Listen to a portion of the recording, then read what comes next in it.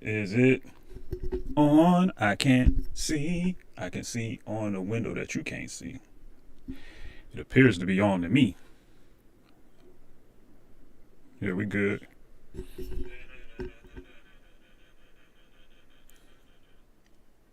Let me refresh that so it stop making noise for one.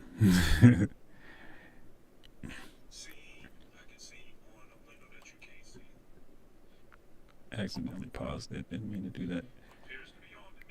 All right.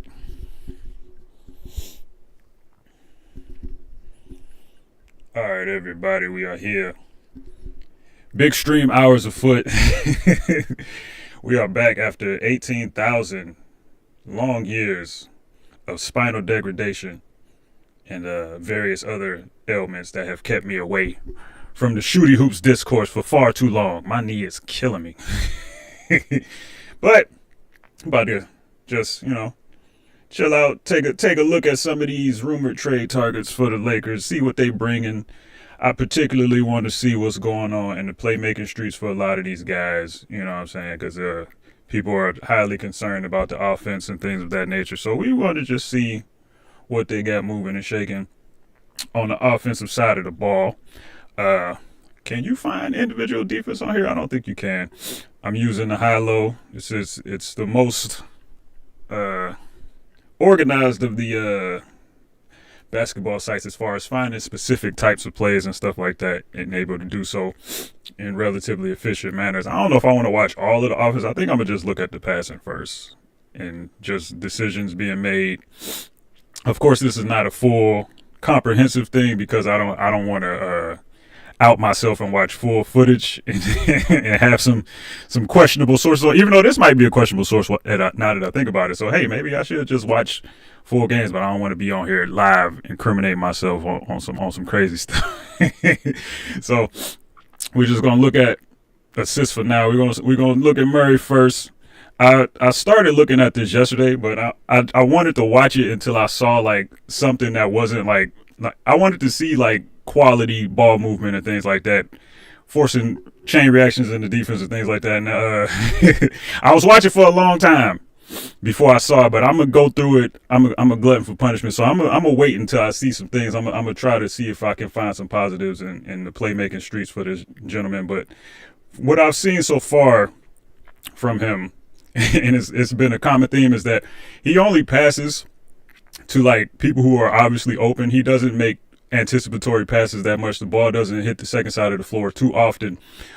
He's pretty decent like in transition, and he can penetrate and pitch a little. Not pitch. He can penetrate and dump off a little bit. His pitch game is kind of suspect to where he jumps a lot to pass, and he only passes one pass away a lot. So he has to like jump and like throw the ball over people a lot instead of making like diagonal passes and things like that. Passes that will actually cause a rotation. He's passing over people that are already standing in front of people a lot of the time, and he's leaving his feet to pass, and it's not a good situation. Sorry, bro, I watch later. Got to make that brunch pasta. You know what I'm saying? I don't know what brunch pasta is. Maybe, you know what I'm saying, a little bacon and eggs inside of some vermicelli. I don't know. Is it vermicelli? Vermicelli? I don't know.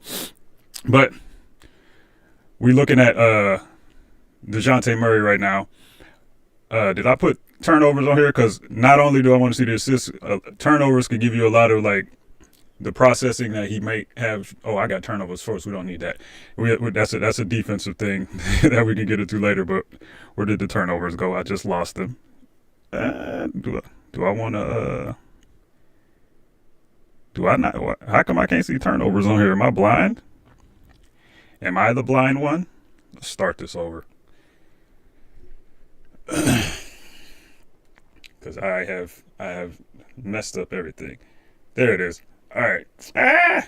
Oh, it was already on there. It just act like it wasn't. All right. That's why I wasn't on the drop down list, because it's already there. All right. Don't you dare delete this. Gonna watch later. I'm not gonna delete it.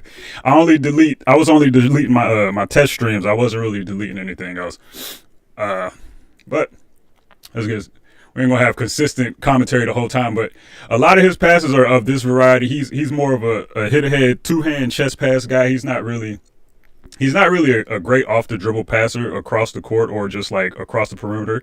He's more so a secured passing type of guy. So he'll like drive and he'll pitch back out to the top of the key. He's not really threatening. Like this is one of the rare times, but you see, even in that play right there, this is the kind of pass he makes a lot, where he'll drive and he'll throw it to the wing, and it's usually every time the guy's not helping. So sometimes he'll be standing right here and he'll just try to throw the ball over him, and he'll have a lot of turnovers of that variety that I've seen so far. But it was only like 10 games.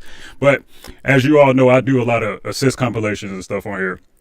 And I was gonna make one for him the year that he had like 9 assists per game and things like that. But a lot of the playmaking wasn't worth. Like you see right there, he tried to jump up and throw it basically over a guy that was in the gap, and he does that a lot. He gets himself in trouble.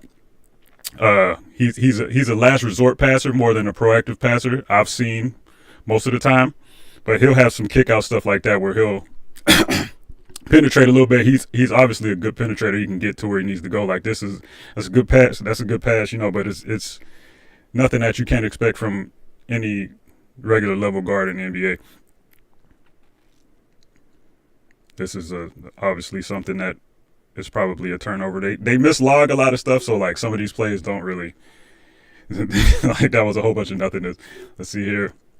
See, he can make the strong side pass. He'll make that pass, but even that pass is kind of delayed sometimes, and it doesn't really compromise the defense in the way you would want it to.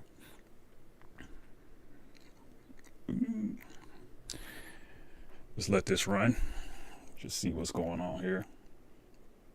Nah, that was a nice pass. He's good at that sometimes when he'll penetrate and he'll dump off, but again, he leaves his feet a lot to do these kind of things, as opposed to actually compromising the defense with a scoring threat and stuff like that. He'll jump up before he actually needs to a lot, and it leads to a lot of the shaky situations we got going on with his turnovers. Is that Jalen Johnson, the Hooper of the Year right now?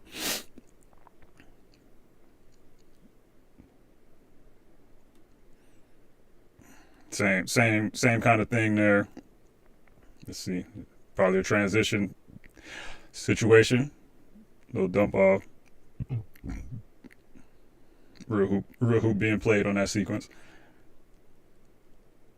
Now, this was the pass that he made a lot of his money off of against the Spurs. I mean, when he was on the Spurs, him and Jakob Poeltl was just running this to death. You know what I'm saying? Early pocket pass, whether or not it was, a pass he should have thrown to the person he threw it to. I wouldn't say that it wasn't, but regardless of who he's throwing, just run that back. Now, I don't know if he was throwing it to Okongwu or if he was throwing it to Johnson. I would hope he was throwing it to Johnson, but given what I've seen over the footage that I did watch, he's thrown a couple more of these passes where I would think he was trying to hit this guy. He would jump up and throw it, try to throw it over the top of the defense, but a lot of the times he was throwing it to this guy, whether it be Capella or Okongwu, whoever it was. He has turnovers where he'll pretty much dive diagonally, and then the pass angle is open for either the corner shooter or the wing shooter, and he'll jump like he's going to throw it, and then he'll end up throwing it to the roller for some reason. So I don't know who that pass was exactly to. If it was to Johnson, I respect the read, but even then, like, he still has to leave his feet to do these things, and it's still kind of a struggle when he ultimately does it. It was a travel. They call it a travel lane for some reason. The game is over, bro. It's 0.7 seconds left. I know y'all get reviewed and everything, but you ain't have to call that. Jumping the pass again, as you see. I don't know why he didn't try to take this to the hoop. I don't know. We're gonna get into the actual offense at some point. Maybe if he even gets straight here. I don't know if he is. So this might be an exercise in futility now, but ain't nothing wrong with watching a little film, be a little more informed. Even though this is not, like I said, this is not really film. This is more clips than anything. But I do try to watch every single play like this when I am talking about somebody, whether it be making a compilation or just making videos in general, which I hope to be back doing at some point. Probably not in the coming weeks or anything like that, but I am another situation where a pass is a last resort. Now, I'm not gonna put this in the playmaking category because he was obviously trying to get to his thing. He looked like he kind of lost some vert on the way up, and he kind of panicked after that. but it's emblematic of the things he does as a ball handler. He's not. I haven't seen anything where he's not relying solely on his physical tools to get what he needs done as a playmaker. He's not really a passer that's going to threaten the defense in any substantial way. And the Lakers kind of need one of those guys. They have two of them, and LeBron and D'Lo, and he's more similar to Austin in the way he passes. I think Austin is a better passer than him from what I've seen so far. Actually, he's a better ball handler than Austin, but they kind of have the same issues where they kind of have to dribble a lot to kind of get what they need done. If you look at like their time of we can look it up right now. Well, I'll look it up later. But like, if you look at like their time of touch and their dribbles per possession and things like that, Seattle Jordan Clarkson, hey, you know what I'm saying? I don't know if you got the offensive bag that Jordan Clarkson got, but like some of this decision making is very emblematic, not emblematic. It's very reminiscent of early stage Clarkson. But Clarkson, like his rookie year, the reads he was making in the pick and roll, like when he started against the Spurs and stuff like that, I haven't even seen like that level of read from Murray consistently.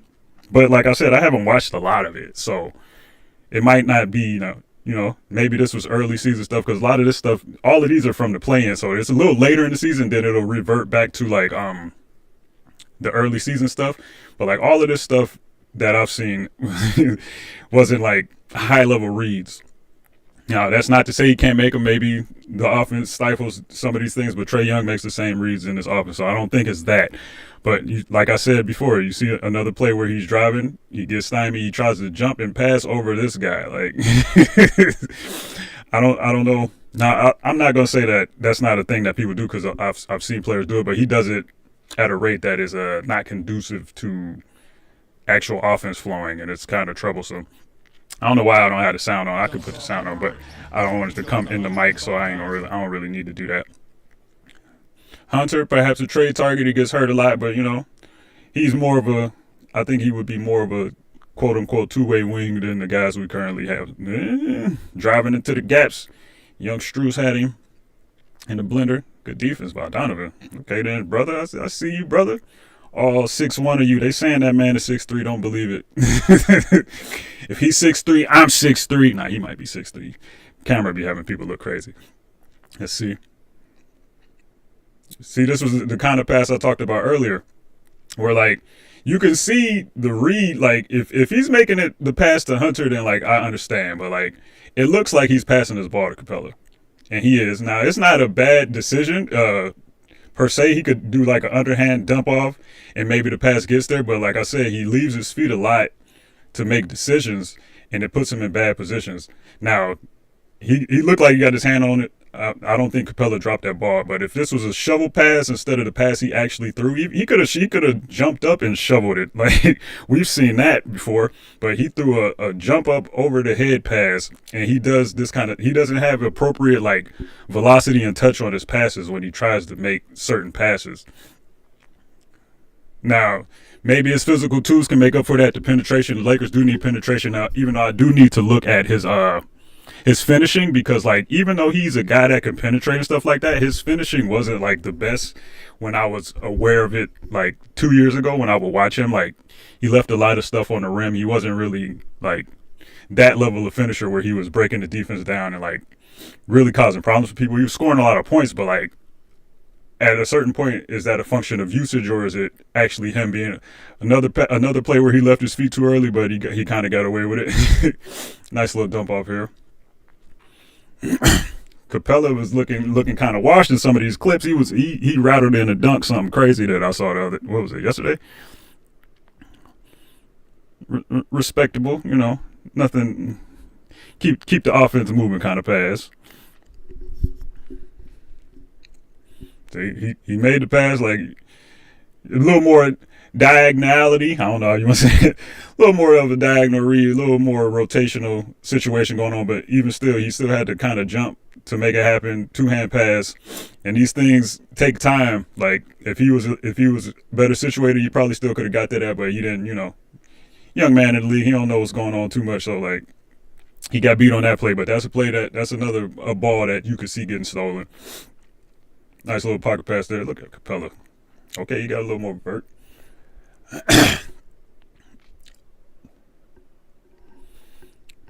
yeah, I think Trey made some nonsense. That's absolutely some nonsense.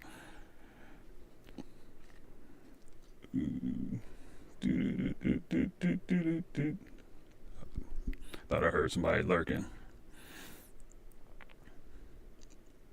Okay. Emmy Award winning camera angle right there. We got to respect camera angles like this. I like real hoop camera angles. This is not one, but you can't see what's going on the court, but it looks nice. Let's see. We respect the cut. Nice little rebound.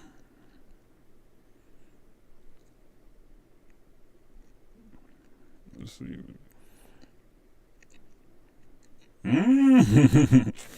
Ooh, he got up there though. Transition, hit ahead. It got there. Well, no target, but it got there. Oh, I didn't put the speed up thing on here. I need to put the speed regulator on here, even though I think there is one on here, but I don't want to use that one. See, I have it like I'm just looking. I just want to see some passes that cause some kind of chain reaction in the defense. I'm still not seeing. It's still a lot of just physical tools, throwing it to the guy that you see is open as opposed to throwing guys open or anticipating things like that. He's not really shown me that at any level over the hundreds and hundreds of possessions I've seen of him. Like he'll do this. He'll push pace. He'll drop it off. He'll push pace. He'll throw some hit aheads, even though they're not necessarily like the most crisp or anything. So like as a team that has issues in transition, we've had issues with outlets all season. Maybe having somebody that can actually penetrate off the dribble, not penetrate, but dribble the ball down the court fast enough to where we don't need to have a whole bunch of passing and stuff like that. But that's not ideal. you would rather have a hit ahead. The ball moves faster than the person. So that was the play that Capella looked like he was 7,000 years old dunking the ball. Another questionable. It's the same. He gets decent penetration. This feller starts to commit. You know what I'm saying? He still has the ball. But he leaves his feet again. Like if he stays on the ground, I'm not saying he'll probably have to jump to make this pass. Not everybody can make that angular pass over the top of people. I don't have to tell the straight or drawing, but still, I don't understand what he thought was going to happen when Capella had this ball. He's too far out to really do anything of significance. He's not even in the dotted line area yet. He's going to catch it, spin. Maybe Capella makes this pass. I don't know what his thought process was here, but the read is obviously, you know what I'm saying? Like, I don't. Now, whether or not you want Capella on the wing in this situation is another question for another day, but like this is just not a pass that's going to get it done. Hey. Pat Connaughton with the defense. Lillard actually playing some defense. Ooh, I did not mean to do that. Let's see. Now, that was better.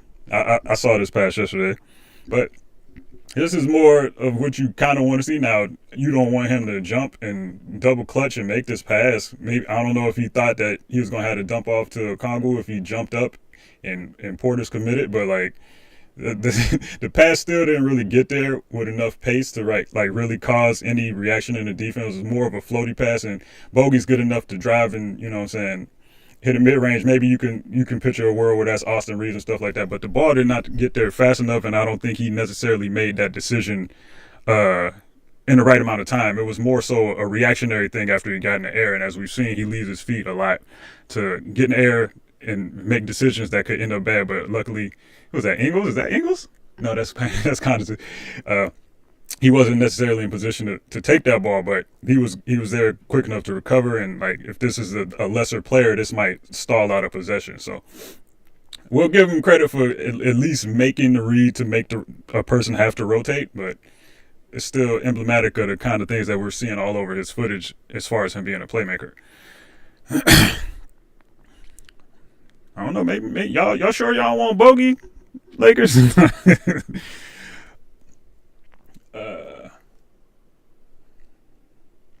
Oh yeah, I remember that. You know what I'm saying? Now some people will see this and they'll say, you know what I'm saying, nice pass, but once again, nowhere to really go, leaves his feet. Bay is here. A more qualified passer may be able to get that pass to Bay, and then we got some rotationary things. Swing the Hunter, maybe get the own shot for herself. Like, but if he would try to throw this pass, given the velocity I've seen, Lillard probably would have got to that pass. So I respect that decision for him to throw it to Capella. Like, it wasn't really a great situation for him in the corner. So he made something out of nothing. But still, process. Now these are not full possessions, so I can't see exactly what they were trying to run on a lot of this stuff. But you could still make some informed guesses about the kind of playmaking you could expect from a guy like DeJounte Murray. He threw that pass. This is the kind of pass that Ant makes a lot. So Ant was ready for it. Ant knew what time it was. Bogey is the one standing out in the Clips figures. Yeah, man. Bogey, I forget how big Bogey is sometimes. Like, he looks really big out there. But I think that the Lakers need more of a connective guy if they were to, try to get some answers here. They obviously need another big. Jackson Hayes is not it. Christian Wood has his deficiencies, and he's not going to be able to play in certain matchups. Even though he has been better at getting his shot off on time like that, his driving has been better. He's been finishing at the rim a little better. He's actually making his free throws now. So, like, he's been good. So I don't want to say, like, oh, we need to get rid of his minutes, because, like, all of the plus minus stuff and all the net rating stuff suggests that he's been helpful. But we need another big on the team more than anything else. Of course, like, we've another leaving his feet situation. I guess he thought he had Cat committed. Cat just made a good play here. I can't be too mad at it. The big meow. Who said Cat don't play defense, baby? You know what I'm saying? We Cat respecters around here. That's all I know. We talk about the Wolves at some point. I still don't know if they are as good as their record indicates, because they've had one of the luckiest schedules I've ever seen in the history of the NBA. With the rest, and then the amount of guys missing. Nice little pass there, even though, let's see if he could have made that play significantly earlier. Yes, he could have. We can't be too mad at it. The end result is what it is, but maybe he thought the only way he can get that pass over the top was a bounce pass. I don't know his processing situation there, but still was a late decision. Even though it was the correct decision, still was, you want him to lick it a little faster. That's a nice little pass right there. I'm going to watch some Jalen Johnson film as well when I get back into the swing of things. Again, I'm not understanding. I can see if you try to throw that behind this gentleman, but he throws a lot of passes into the defenders, and he tries to throw them under them or over the top of them in situations where he doesn't even need to. You could keep this dribble alive. You can back that dribble out. You don't need to make that pass. I don't know exactly what his thought process was, but if he strings that out a little bit further, and maybe Hunter should have gave him a better angle he was starting to do it, but he threw the ball before it really materialized. Now, I'm not gonna harp on it every time it happens, but it's just what are you trying to accomplish here in this situation? Let's see if you get his contest after turnovers be generational though. Kyle, what you doing, brother? Another pass out. That's nothing really to write home about. So I need the speed downloader on here so I can get through this a little faster. Ooh. I mean, I see the vision, Nothing really schematically to really talk about there. I'm not really talking about schematics at all, but, you know what I'm saying? Nice little rejection, get a little separation. See, the drive wasn't really there. But that was more of a panic situation. He could have threw the pass that he threw in the last clip. He could have threw here, where he just threw a bounce, and it might have got there. But well, I don't know what kind of touch he's really working with. He hasn't really shown to have the greatest touch in the world or anything like that. But just another shaky decision. Well, shaky execution more so than a shaky decision. Bay looks like, I don't know if y'all know about Nick's Twitter, but the one guy that does the Nick's Twitter videos, Bay kind of looks like that guy. I can't remember his name. His name's like I Hate Sean or something. I don't know. Him and Bay look alike. I see that this is more a more adventurous pass than he's thrown, but this gentleman is looking at the ball the entire way. I don't, maybe if he lets this develop a little more, maybe he has a bounce pass. But I don't know if that pass would have got there. Maybe he should have just let that clear out and reset. But once again, let me see, did he pick up the ball? Yeah, he picked up the ball early. Instead of keeping his dribble alive, he predetermined what he was going to do as a turnover. Like, now I'm not gonna say he picked it up and surveyed too much, but like he could have kept that ball. A better passer could keep that ball and keep the dribble alive and make that decision. But you know, you gotta take the good with the bad because he offers things that the Lakers currently do not have.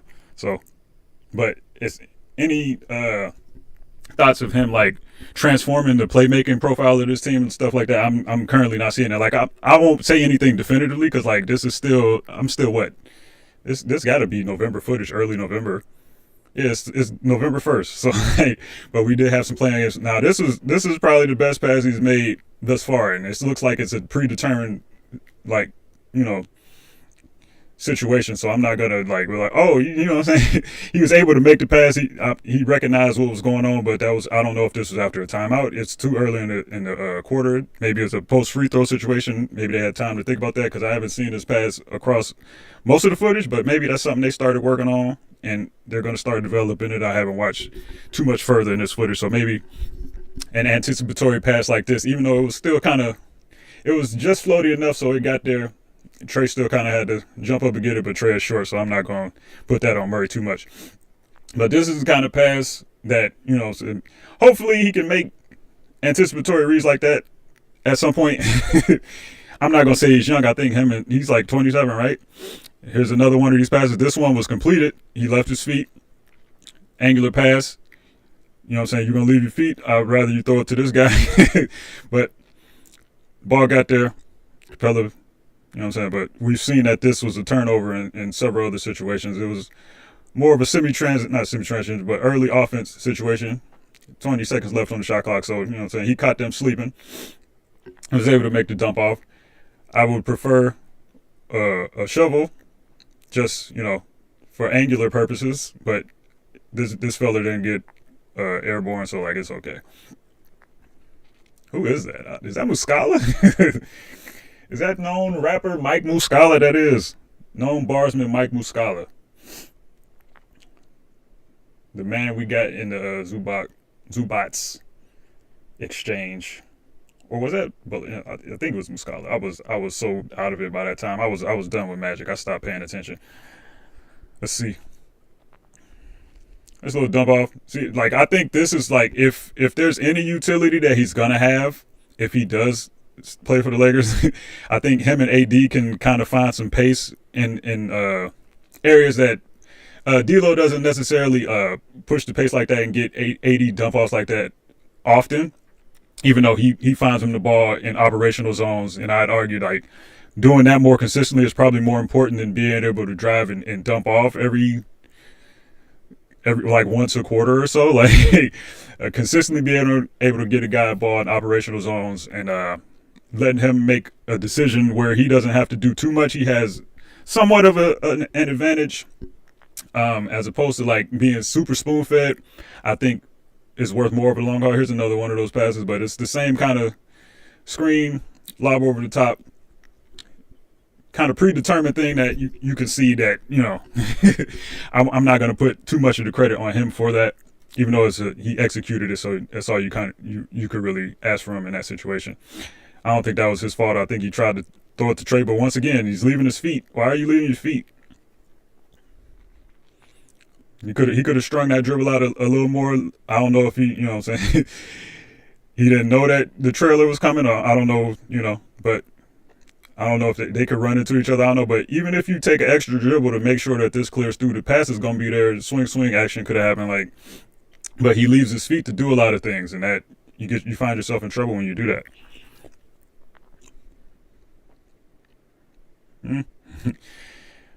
Nothing to really write home about there. No bad, no good. Even though, actually, I think did he leave his feet to make that pass too? Kinda, not really, but still emblematic of the things that kind of gives him trouble. Kind of pace issues off the dribble and delivery of the pass with appropriate velocity and on time on target and stuff like that. He doesn't really do that consistently. Nice pass. I'll respect it. Is that CJ? Boy got washed out. I didn't see exactly what happened. I was too busy looking at Murray. Relocation. Nice little drive. Left his feet. Brother, please. You have to stop leaving your feet to make passes, my good sir. Now, he got himself in an awkward situation. He kind of, did he get tripped? And that's why he kind of jumped? But I'd rather him put this ball up on the rim if he's going to do anything in this situation. But his vert kind of got disrupted, had a little wobbly foot situation. So he caught himself in a bad situation. But if you want to jump up, you're that close to the rim, put the ball up on the rim, brother.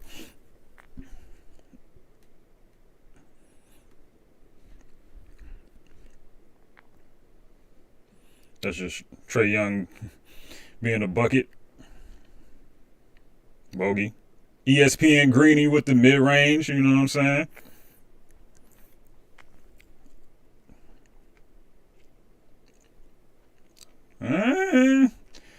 Perhaps a little wraparound left hand action might get the job done.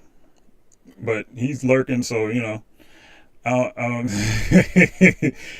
probably should put that ball up on the rim if any decision is being made here. Now, Bogey is here, but I'm not, as we've seen, I'm not expecting him to make this pass. He hasn't shown that he's capable to make this pass. I wouldn't say he's not willing because I don't know. I don't want to psychoanalyze anybody, but like a lot of the things that happen on the court, people kind of want to attribute to want to as opposed to like actual skill. I haven't seen him have the necessary skill to make this pass to Bogey in a safe manner without either jumping, because like his left-sided drives have resulted in weaker passes than his right-sided drives from what I've seen.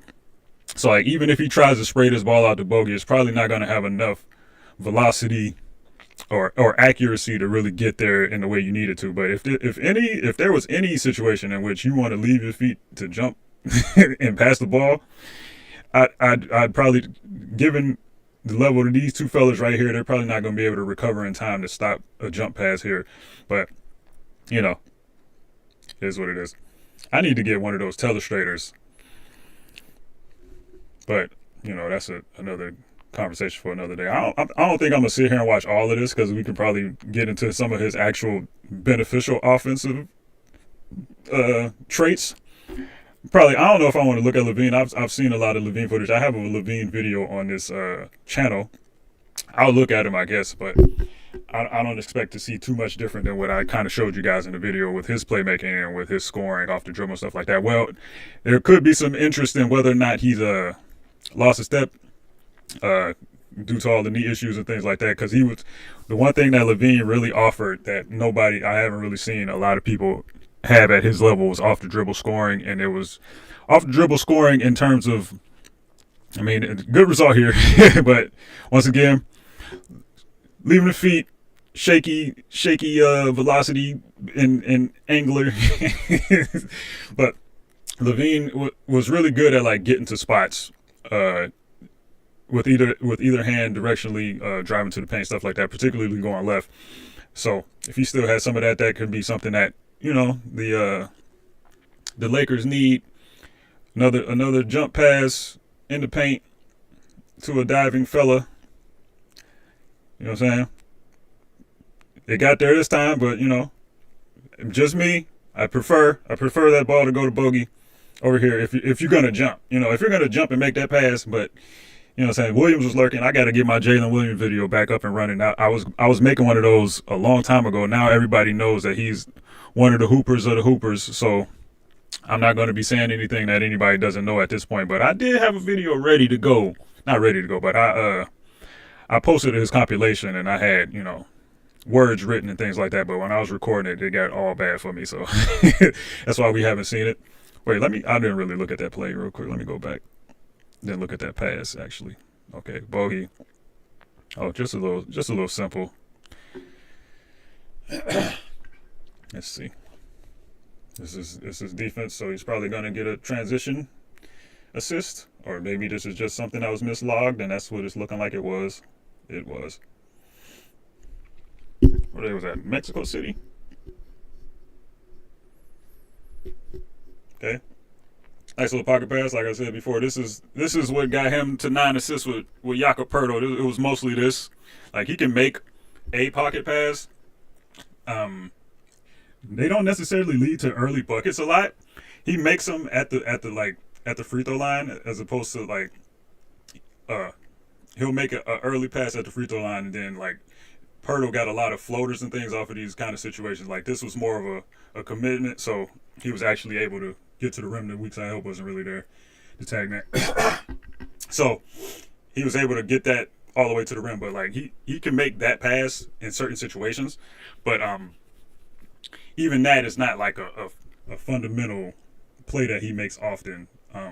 That leads to like dunks and things like that. It might lead to push shots on the front of the rim and floaters and things like that, but it doesn't like lead to consistent dunks and things like that. We had a diagonal pass there. Ooh, what was that? What was that? You know, we'll just chalk that up to inattentiveness. I don't. Maybe he thought Trey was gonna meet the ball. I don't know, but you know, we're not gonna harp on that too crazy.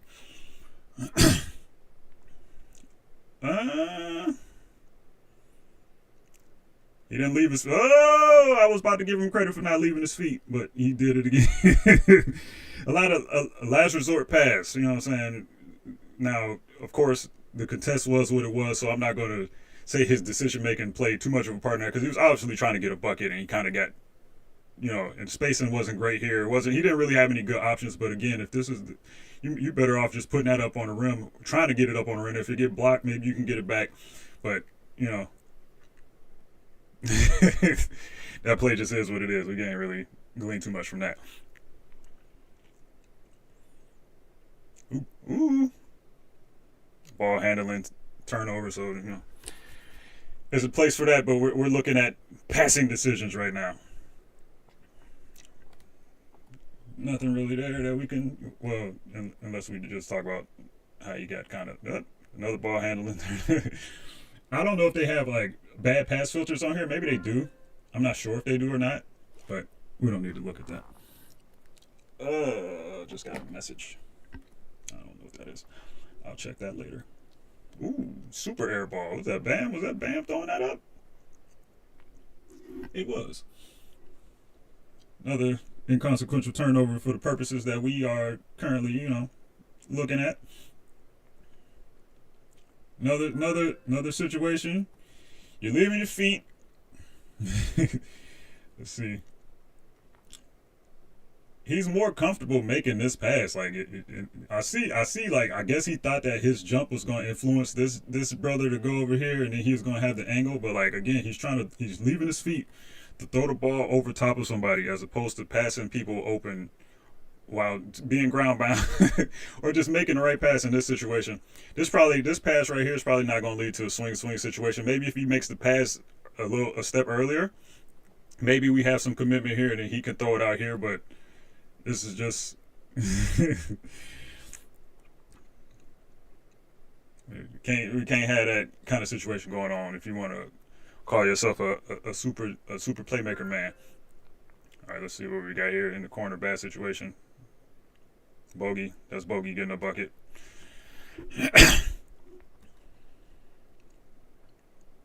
That's Trey getting a bucket.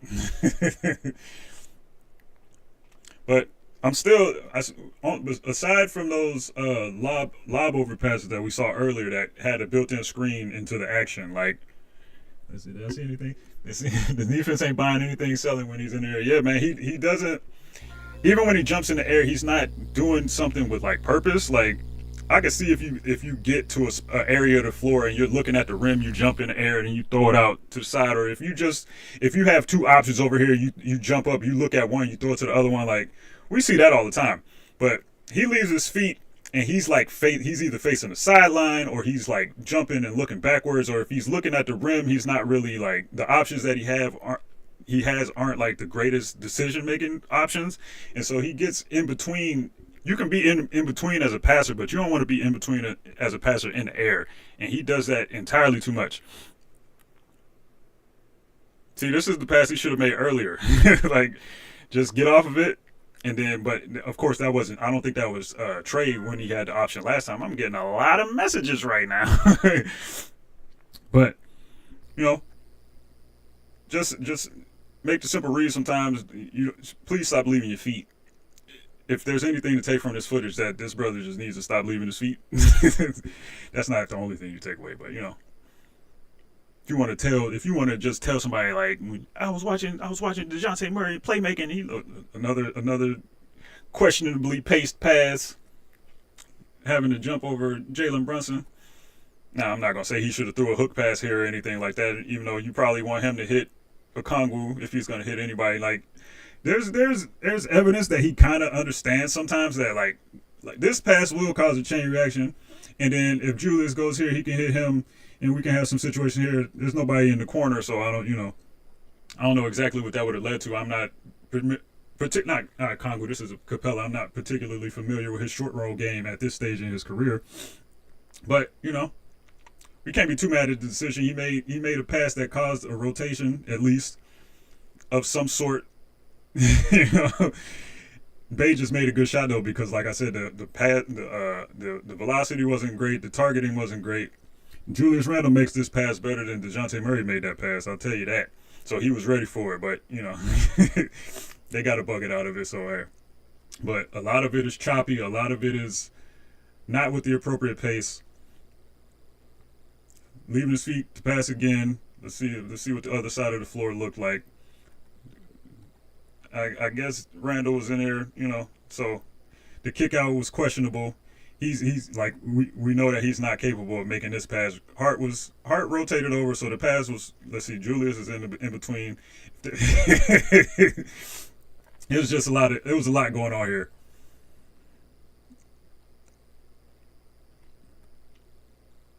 If he's looking early, the pass is there early.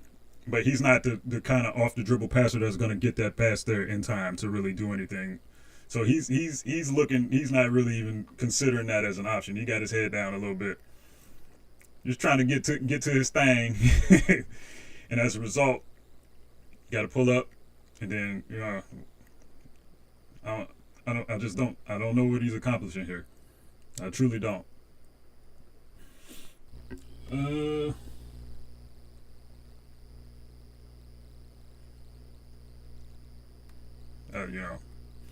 That's just Trey being a singular person that can shoot from that far out. Not gonna call this anything, but we can enjoy the shot making. Big Splash City, Oh, my arm. Let's see. Again, solid situation, but it's a read that has a screen built into it, so Of course, it's also a basic pass, so it's not really anything that I just want to see like a pass that anticipates something and compromises the defense in some kind of way. This is transition, and this is what I was talking about earlier. If you're gonna leave your feet, you can leave your feet in this situation. He has two viable options on this play. Johnson going to the corner, Bogey on the wing. He leaves his feet. And you don't really know where the ball is going, even though he didn't really disguise what he was doing that well, so it really doesn't matter. And it was in semi-transition, so like that was just floor balance more than anything. But got the job done.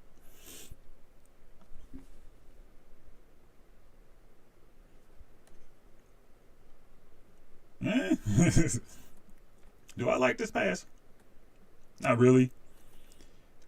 Congo made something happen out of it, but this, I guess, if this is AD, he can do something with that. Okongwu was able to do something with it. But generally, I don't like passing to bigs with this kind of wall in front of them, because it ends in tragedy more often than it ends in success. But I don't really see any other option for him. But he picked the ball up. He didn't have to pick the ball up again. Two-hand, he picks the ball up to do a two-hand pass. He gets there, so that's fine.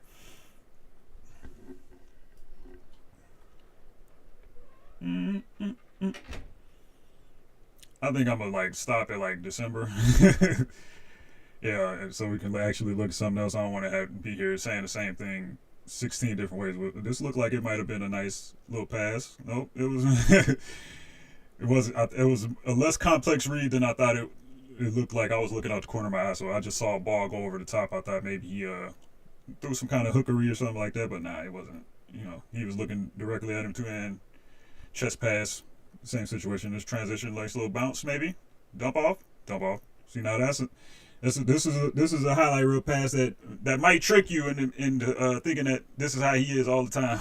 But as we've seen so far, this is more of the exception. You know what I'm saying? Nice little pass. Capella, nice little vert on him.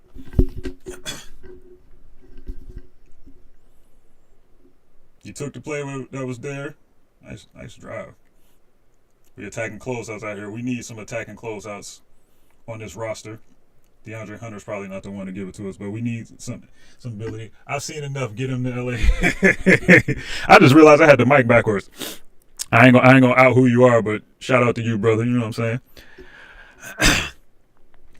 Oh, I was looking at the chat. I gotta learn how to populate the chat on screen, and then I gotta get another monitor. I still don't have one of those, but baby steps.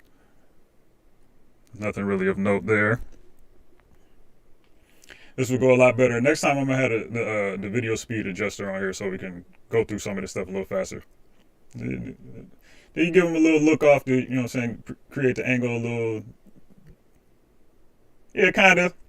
So we'll put a little bit of respect on that, even though it's a basic pass that, one pass away type situation.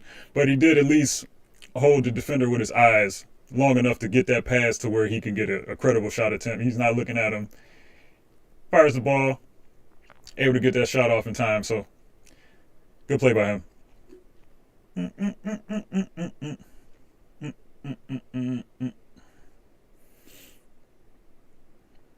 Just a little entry.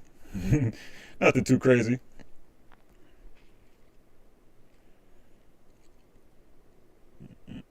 You can't see the. I don't know if it's because I forced dark mode in here, but I can't see like the line to.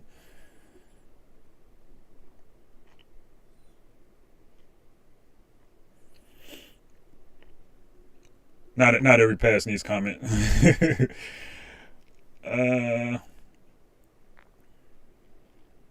We in the bounce pass into the post arc right now. Let's see. A lot of nothing happening right now. Okay. Same variety of the pass that we screen built in, throw it over the top. Predetermined, that kind of looks anticipatory, but it's more predetermined than you might think. So let's see. I wonder if he got 10 assists this game. It's looking like it. One of the easiest assist outputs. People, sure, you having big fun with that stat sheet because. Okay. It's probably maybe the best pass he's thrown, even though the situation was less than ideal. But off the dribble, bounce pass, left hand, made something out of what he had. This is, like I said, this is what he offers more than anything. He's not a passer that's gonna compromise the defense with his passing. From what I've seen, he'll compromise maybe with his driving. We'll get into his scoring maybe in a minute, and whether or not that's gonna be where he would add value to the Lakers. But as a playmaker, I'm not seeing. He's not. If you want somebody making decisions, if Reeves is gonna be the other guy, Reeves is probably more suited to make decisions.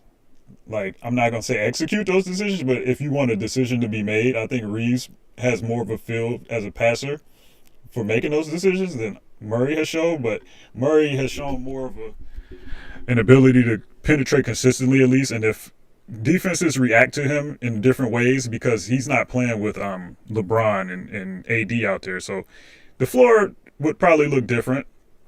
But the only utility that he's showing thus far is the drive and dump off utility. If you're looking for a guy who's hitting open shooters and driving kick situations, he's not really showing that in any capacity. Ooh, I thought he was about to do so. Okay. See? He has some a little bit of flash in transition, but it doesn't. He jumped to make that pass, but that added to the flash factor more than anything else. So we're not gonna make that a demerit. But how many assists is that? That was a lot of assists in that game. That you know, was he thumping that off to Capella? I guess he was. Got himself in a bad situation. Ideally, now Horford is kind of facing the baseline, and Hunter's not really there, so I can't say that the pass would be to go baseline here, which is typically the read people make. If he's going to jump here, like this kind of opens up this pass, but there's a lot of arms around him, so like I'm not going to fault him for not making that pass. But if you want to, this is not who I'm throwing the ball to in this situation, not where I am on the floor. But that's me personally. I'm not. I wouldn't throw that pass. But and again, if he does throw the pass, a wraparound is probably the only way that really gets there. Now, if he's like here, and he tries to jump and throw this pass here where it's a better angle, maybe. But like the play didn't work out that way, so I'm not gonna say that's what he should have done. But this is that's not the pass I'm making. Maybe he didn't think he could string this out to the baseline because Horford was there. So maybe if he takes another dribble, he probably gets corralled more than anything. But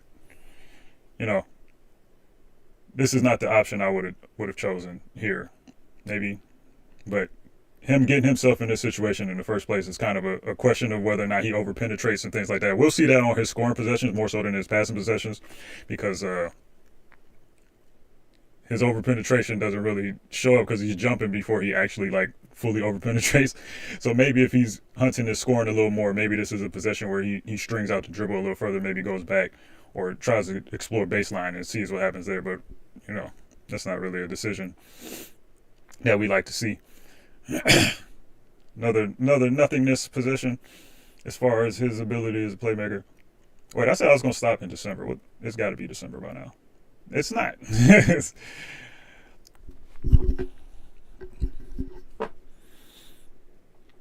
Bogey, the unheralded star of the footages so far. Let's see what.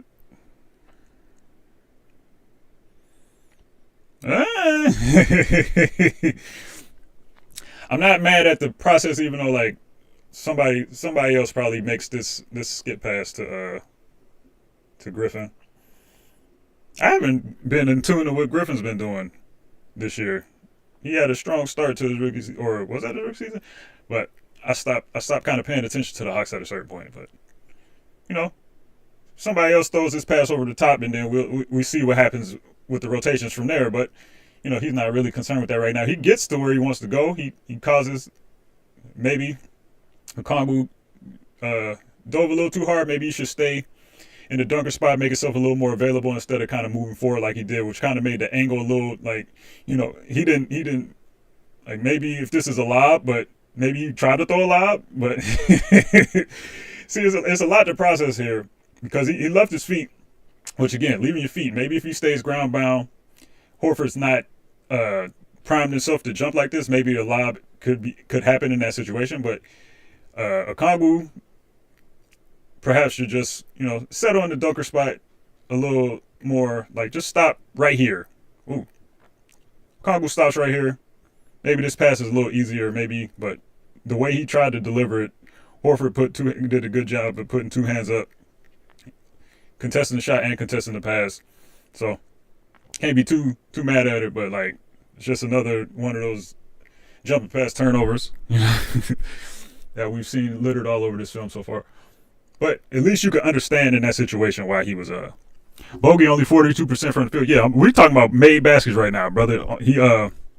He's making a lot of baskets in here in this footage. I'm not saying he's like, that guy or anything, but a lot of these plays are just him making shots as opposed to like Murray doing anything to create that for him. Maybe he's shooting 42% from the field because of some of the playmaking we're seeing here.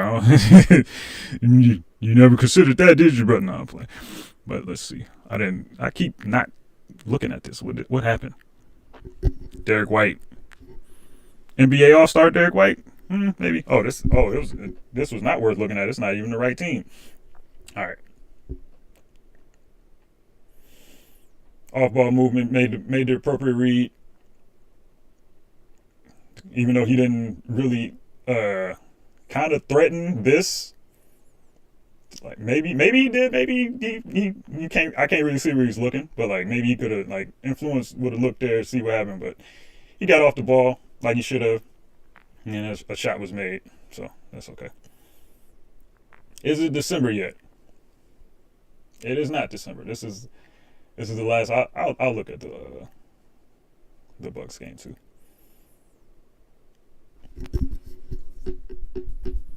Revenge game assist right here. You know what I'm saying? Sadiq Bey, big bucket. Oh, we got nothing to note there, so I'll look at another. Let's see.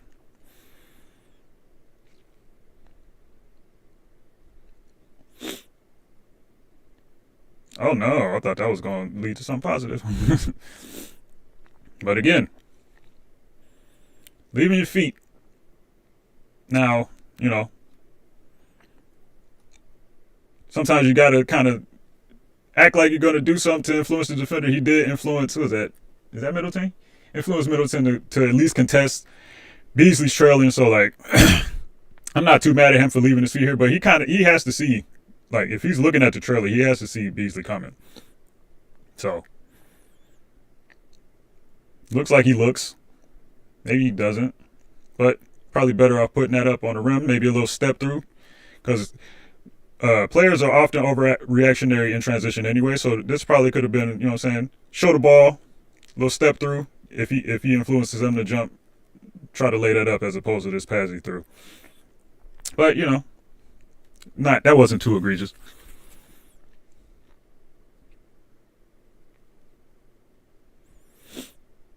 Another transition situation.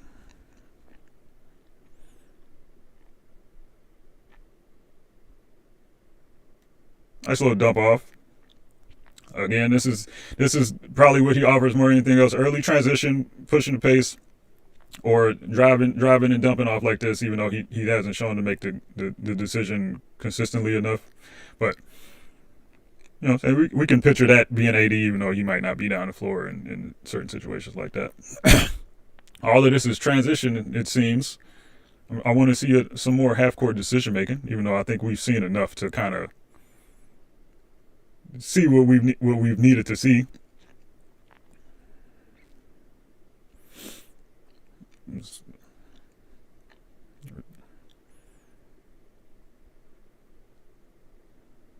He kind of lost the ball there, so I'm not gonna say he should have. If there was any time for a jump pass, maybe, because he doesn't have the hook pass at all. So, got himself into a little bit of trouble there.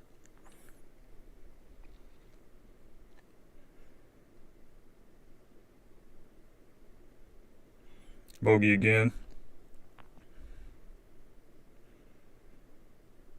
Okay. See, now that's what we want to see. Appropriate jump pass, appropriate velocity, appropriate read.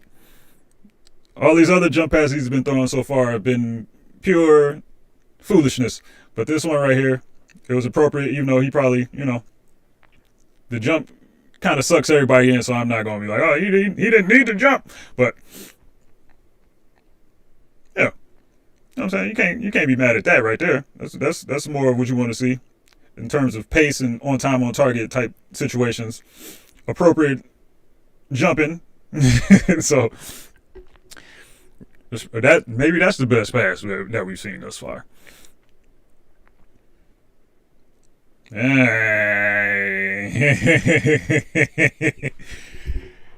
Every time we try to leave, he just keep pulling me back into the terrible jump pass streets. Again, a situation where he's probably going for the bucket, but that contest came out of, he probably wasn't expecting Jamal to extend. Good job of really getting some extension on that contest. He probably still could have, I don't know, but he panicked. Sometimes you just got to eat that block. I'll see if he eats some blocks when we actually get into the scoring, but, that didn't have a chance.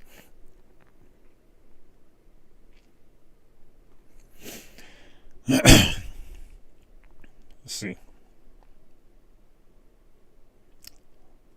A lot of dribbling. The patented three dribble stop jump stop, still get an assist. I respect it. All home scorekeepers, this is what you do right here. You know what I'm saying? If you really care about your guys, you know what I'm saying? If it's borderline three dribbles, I think it's still three dribbles, and could still count as an assist. I don't know if they made that 3.5 dribbles or what these days, but like they could have gave him that assist. Let's see. I was supposed to stop, but I'm too that last jump pass got me seeing if there's some hope. Similar play as the other one, influence the defender looking, you know what I'm saying, cause a little rotation. I don't know.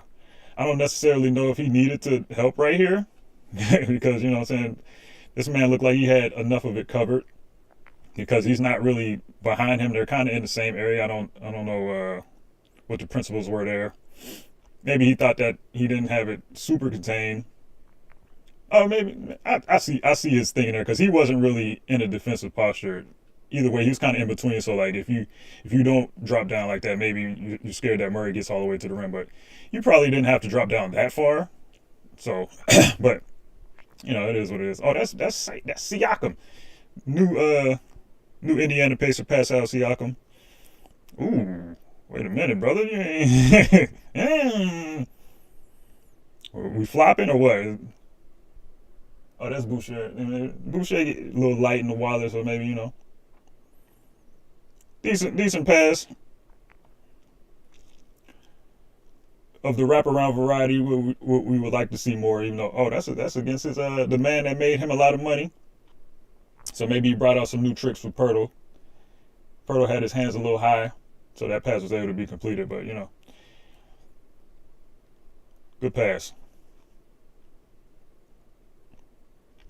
Well, decent pass.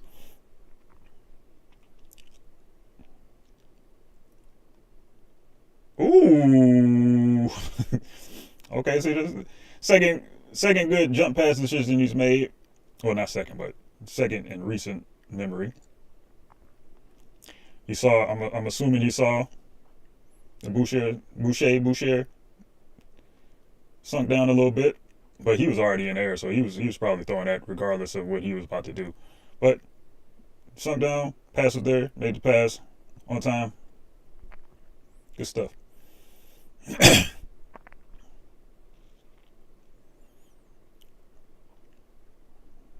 Another offensive showcase that had little to do with him.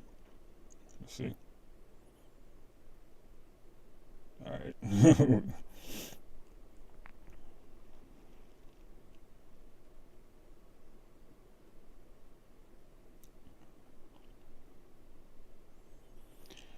Nothing, not too much to say. We can't really see.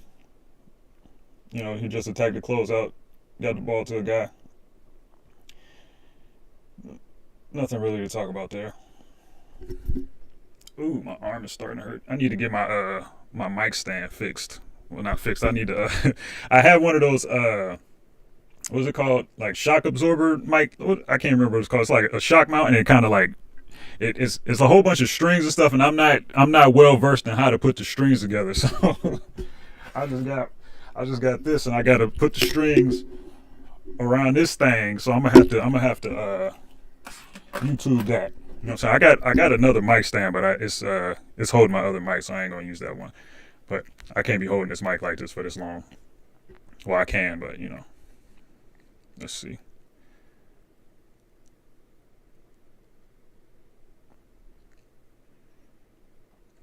It worked out. I didn't like it, but it worked out. Another questionable. Did he get that over his arm?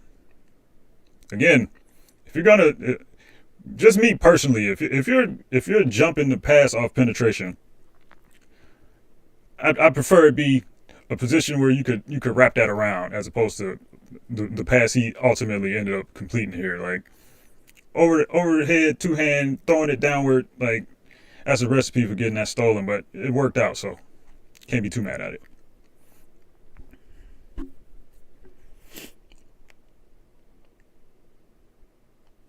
Mm,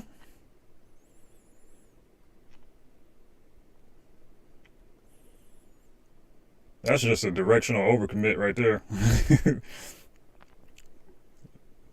I don't was if he was trying to score, I could saying understand why like he cut off a whole angle of the court that kind of because this he saw he said oh I'm diving.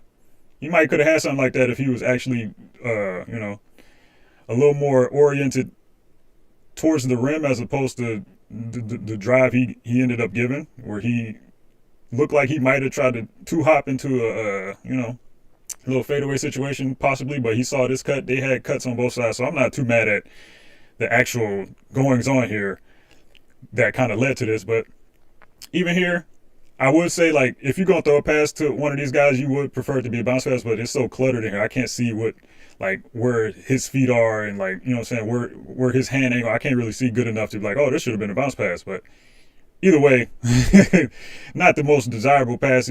Again, it's probably a situation where what I'm saying, jump stop, maybe a pivot, put something up on the rim is probably more desirable than this. But I'm not too. He tried to make a play. I'm not too mad at it, even though it wasn't really shot clock low. Nobody's gonna be mad at you if you try to put this up on the rim as opposed to this pass right here. I'm gonna make a hard line stance. This is the last. This is the last game that we watching as far as his passing. I think we've seen enough. Even though maybe he got a little better in the last month or so. But I want to get into some actual, see what these buckets looking like. Respect that, you know what I'm saying? Penetrate, pivot. This looks like it was set up though, because Trey is out here, you know what I'm saying? A little screener situation going on. Little Espanola, pick and roller. So, that was more predetermined than anything, but we like that he got the penetration. He made the read. He made the pass on time on target.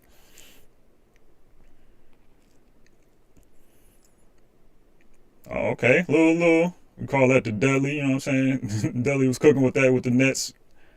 Not so much with the Lakers, but little fake handoff flippery into a nice little floater. Respect it. People have been slandering Congo a lot. I haven't watched a lot of them this year, so I don't know if he's been as bad as people have been saying he's been. But I was a fan of his game early on. I don't know if he's regressed or if he's just had certain issues that I didn't see on film before. I didn't watch a lot of it, but maybe I lied. One more game, because there wasn't a lot in that game. Another jump pass. He got away with it this time, but again, leaving your feet, floaty pass to a guy that's not really in an advantageous. Like you're throwing towards two people that are looking at you, and one of them almost got the ball, but it worked out this time.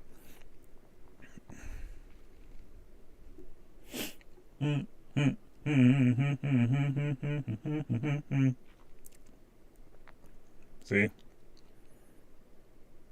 It got there.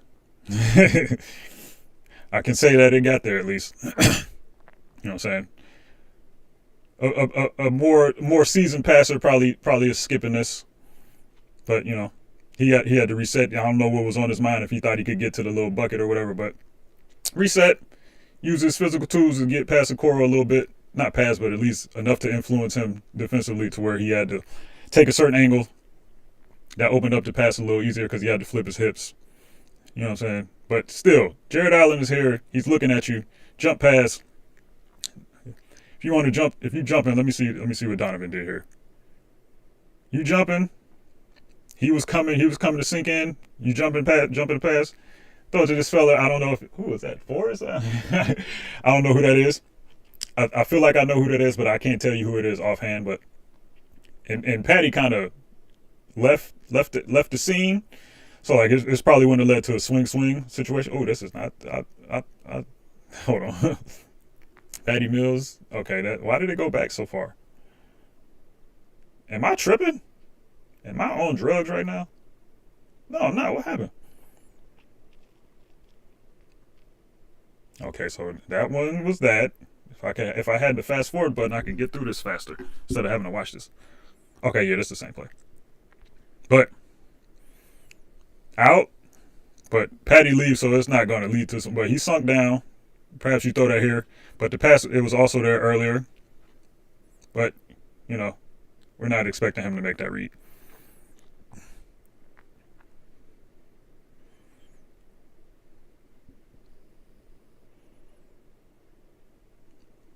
Ooh, Strus got bunnies like that? Hold on, player. Okay. Nice little outlet. That would be one of the best outlets that the Lakers have seen this year because they sure have a huge problem with after turnover outlets. Nice little pass. He seems to be a decent overhand, one hand passer. I haven't seen a lot of turnovers of that variety specifically. It's more of the when he jumps with two hands and tries to throw it that's causing the problem. But that's a nice pass right there. A nice little outlet. The jump passes is embedded in him. It's not going away.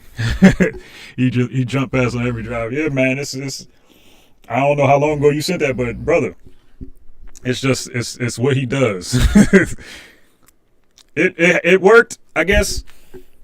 Like even these good plays, like this pass was only really here because that brother kind of stumbled into the abyss a little bit. Like, so I can't fault him for making that pass because it became open, and so like his actual processing here isn't too much in question, just because of how the play turned out. So the guy fell, he made the pass, but like generally passes like this in the middle of the floor. I mean in the middle of the paint. Only a certain few people can make passes like that in the situations that he tries to make them. But that one was fine. Let me get some water, man. My throat is dry.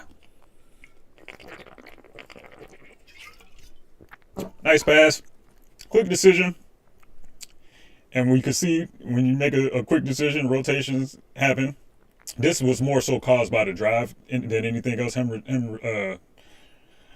rejecting the screen, getting a little penetration, which is where he has his utility. He got to the center of the floor where three people looking at him. You know what I'm saying? The pass still almost got stolen.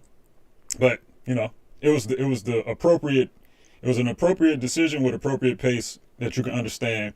That didn't lead to a three, but led to a little driving kick situation. I mean, not driving kick, little driving finish situation. So like that's about the extent of what you could really expect from him as far as plays that make reactions in the defense and stuff like that.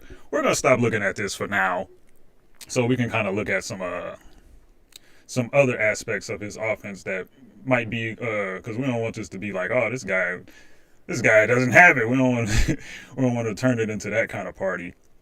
But we can get into everything that he does like offensively. I don't want to look at all of it right now because it might take too long, but in some of the buckets might like. I'm specifically interested in his penetration ability, or lack thereof, you know what I'm saying, and how that translates to actually finishing at the rim. You know what? I'll just look at all of it. It doesn't really matter. All offense. Turnovers, we can get rid of that. Offense rebounds, we don't need that. Assists, we've already looked at. So we'll just go with this right here just to see what kind of juice he's offering.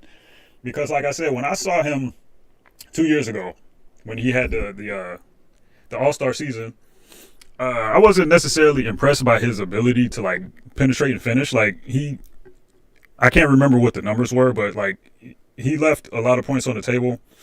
Like he didn't really have as much juice as I thought he did. That's a nice little floater right there. So, little screen navigation, get in front of you. No, he just snaked it a little bit. I thought he put him in jail, but yeah, nice little. But this is the Pistons, who had some of the worst pick and roll defense you ever wanted to see. You have to. Why are you dropping back here, Bagley? No. What happened to that dude that was yelling about the Pistons? People was real mad at him. Maybe they turn this into turn my footage. Maybe they saying I don't know what I'm talking about. But you have to contain. You're just here. You're just backing up. You're backing up. But another nice little, nice little pace, little start and stop situation. But again, this isn't really like super penetration. So we saw the Lakers' current guard give these boys the blues. Got a step. Not too mad at that, Rim robbed him a little bit. Rim was hating. Nice little contest by Bagley, who was getting absolutely jerked around in Detroit for who knows what reason.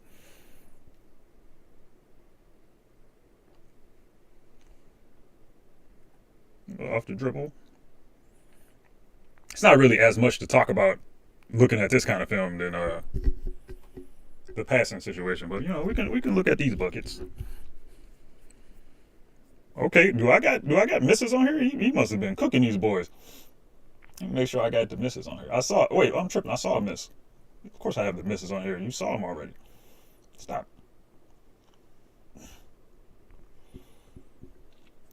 If I would have just waited one more play, I would have saw it. We're going to have to get to another game before we can make any generalizations about his screen navigation. Because this is all looking relatively easy right here.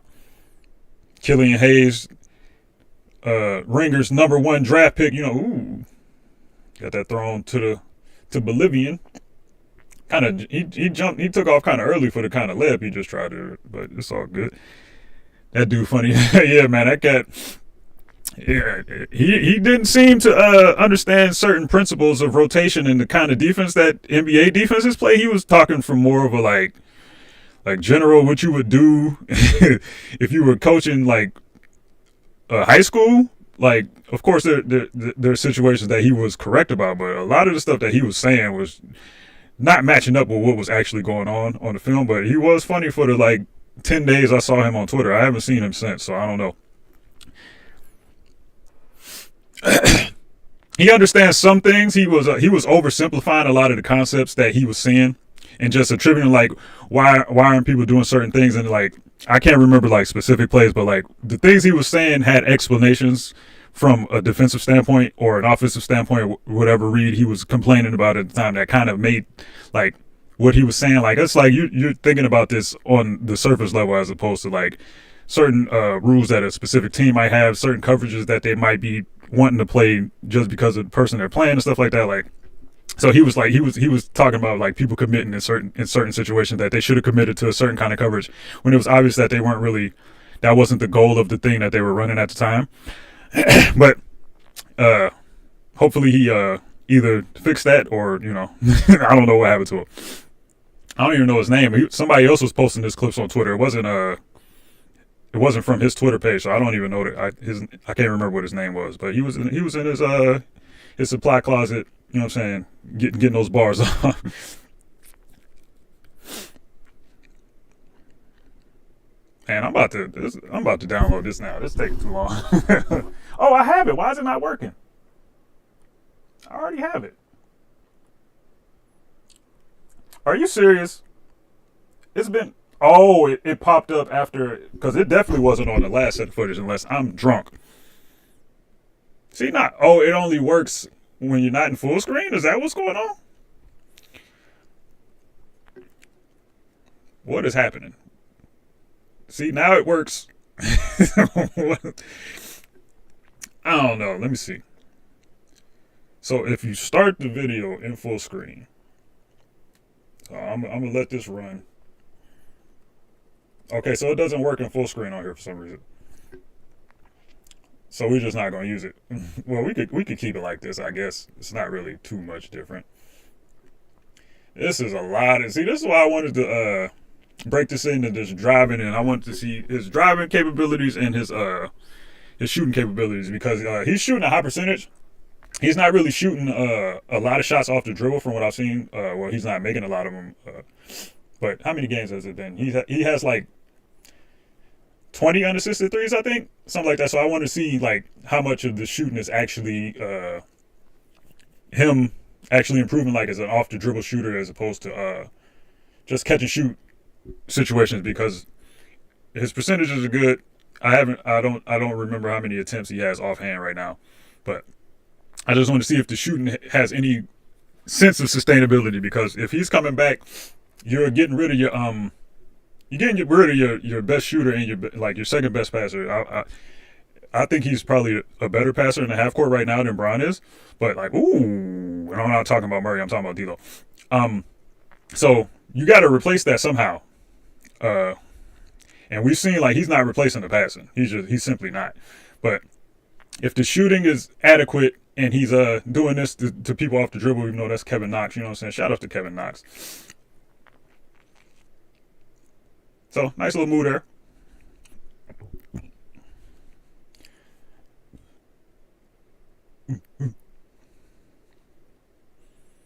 He made it. That was a weird little base he had, but I'm not. That's a little closer to the rim. Super wide base.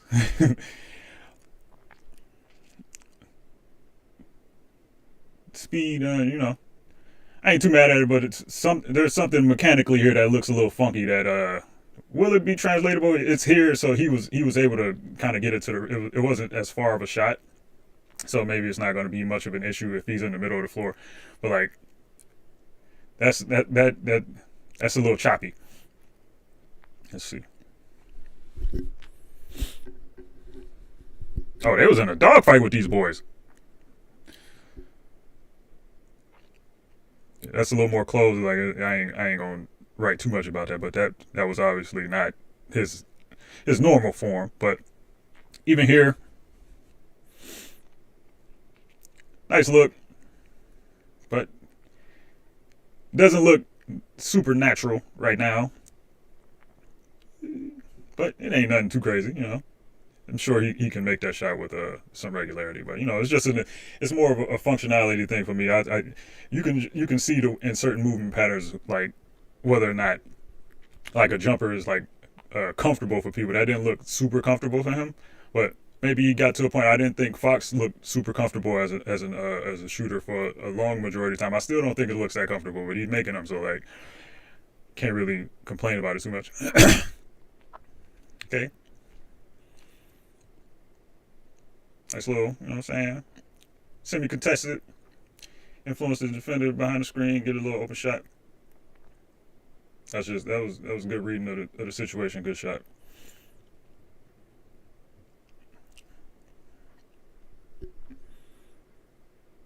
Got to the floater game. Nothing really to write home about that. Sorry for coughing in this mic so much. My acid reflux is going crazy.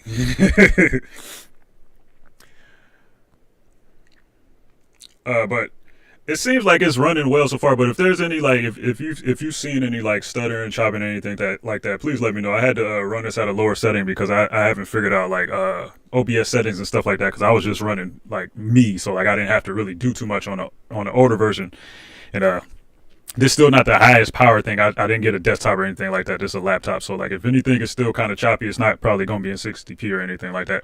But just let me know if there's any, like, performance issues. I know this mic doesn't sound the greatest. But other than that, if there's anything, like, that should be fixed or, you know what I'm saying, could use a little tweaking, let me know. Ooh, got that sent to Bolivian, brother. So step to. Who is that? Is that Mike's man? Is that Melton?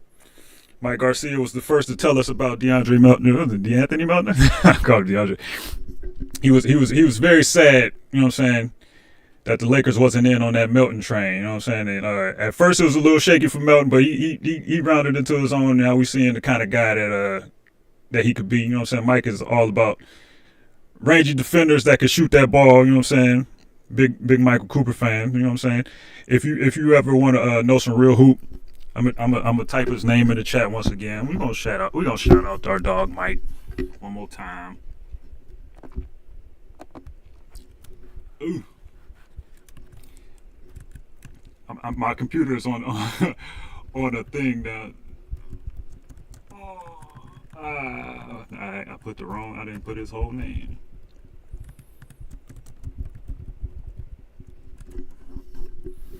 Give my dog Mike a follow if you ever want to know about draft prospects. And he hasn't really gotten into it yet, but he usually writes down. I put my other YouTube account here, but if you ever want to get some insight, particularly like on who the Lakers are going to not draft, but who the Lakers should look at, or like just prospects in the draft that have some upside that could be useful basketball players and stuff like that. He usually does little write up on those kind of guys, stuff like that. I don't know how much car content he giving these days, but if you need to know something about cars, he might be your man. I was just shouting you out, big dog. You know what I'm saying? I seen Melton on the screen, and I just wanted to, you know what I'm saying, let the people know that you know about the hoops a little bit. You know what I'm saying? So if they ever want to follow you on Twitter, or X as they call it these days, follow my dog Mike, and get your life right. You know what I'm saying? He was who was this guy last year that he was big on? I can't remember right now. But anyway, back to this footage. For sure, Mike, you know what I'm saying? I ain't been locked into this footage. It's not really, I'm not really gonna offer too many opinions on like what's actually going on here. We just kind of watching this as a family right now, just to see what kind of juice he's providing. Nice little transition finish. Reeves can do that a little bit. You know what I'm saying? My dog D-Lo, for all intents and purposes, ain't gonna give you too much transition zoom. Nice little pull up. Little drifty on it. Looked comfortable. Yeah, nice shot. Ooh, my shoulder is starting to hurt.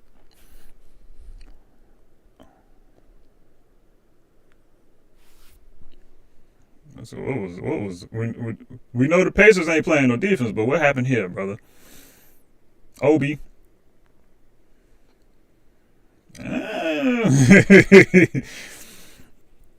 I guess I don't. I guess is that Okongwu setting that screen? Oh, that's Hunter. Okay, I see. I see why you drifted there. But I don't know. I might have preferred you to show on that a little bit, but it's okay.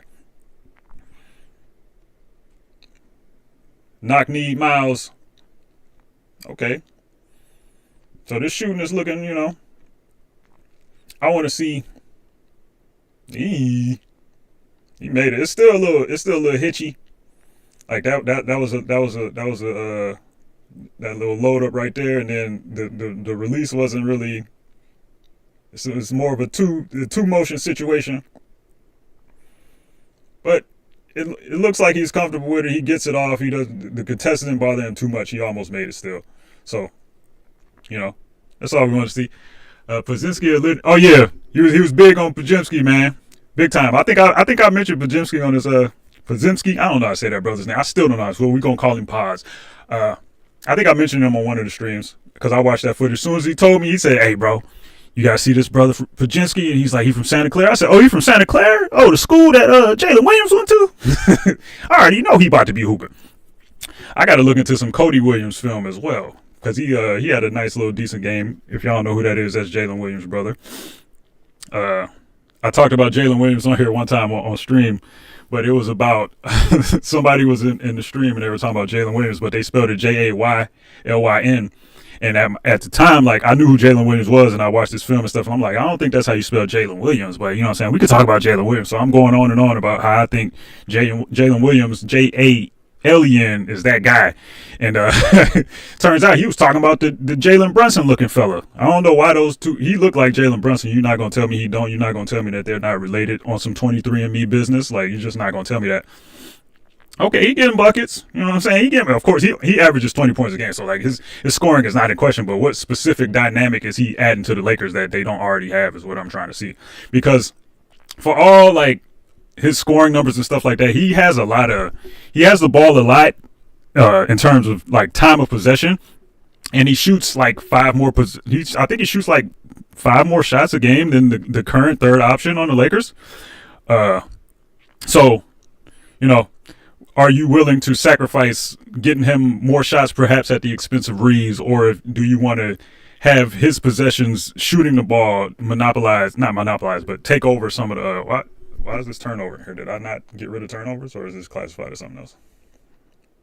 It's called a shooting foul on here for some reason. About to say I definitely didn't have turnovers in here, but yeah, that's the question you have to answer though, because like he can score. It's obvious that he can score at some level. But how much of that do you want on your team at the expense of the playmaking that he's going to require that you get rid of? And the defense that we have, we're not going to be able to look at here. We can probably go on the NBA.com site and see individual matchups per each game and stuff like that and get a better sense of his defense so far. But like it's a question of how much do you actually want to give up, and if it's more so of a lateral move because you're losing. Like he's making these shots, but I still don't think that you're gonna see the variety of shooting from him that you see from a D'Angelo Russell, and then the playmaker's not the same, but he's probably gonna offer a little more in penetration and rim pressure and stuff like that, and perhaps that eases whatever burdens you think is on AD, even though AD is hooping, and it doesn't require LeBron James to be the guy who is the sole penetrator in the half court, because right now. I'm not a guy who thinks that LeBron necessarily has it for like 36 minutes as the point guard anymore. Like all the recent stretches of good play we've seen has been more of him surveying, being off ball, cutting to the rim, getting that kind of action going, as opposed to top of the key LeBron. The second half we saw last night, they kind of tried to go more into a LeBron one-on-one mismatch. Like D'Lo would set screens for him and they would switch.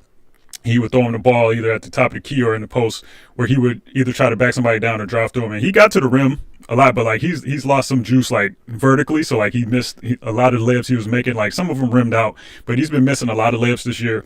His passing decisions in the half court haven't been as crisp, and that's probably a function more so of him losing athleticism than like his processing, because we know he's like a smart player and stuff like that. But he's just not been as sharp in the half court, and I don't think that's going to get too much better. So if the idea is that you're going to be able to give this guy the ball and kind of have him take at least some of the driving burden off of him, then I could see like the rationale for it.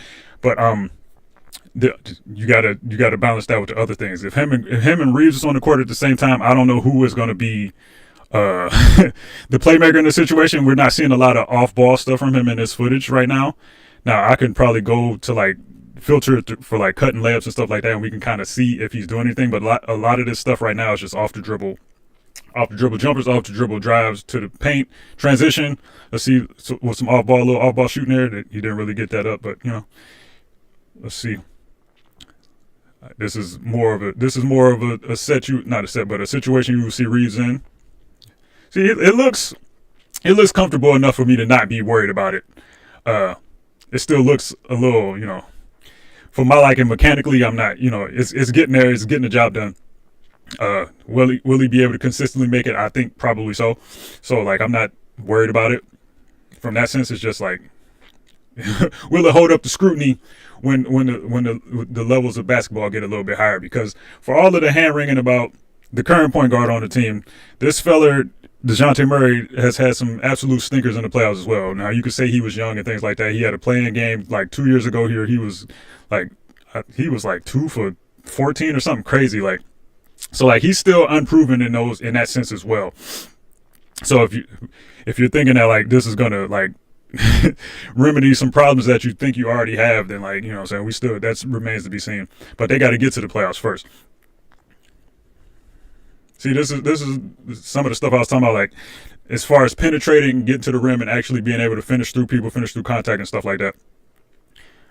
Actually, let's do that. Let's see what the actual penetration looks like, because this is a lot of pull-up jumpers. I'm comfortable enough with the pull-up jumpers that I've seen.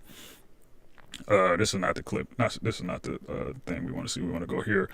So we'll get rid of the jumpers for now.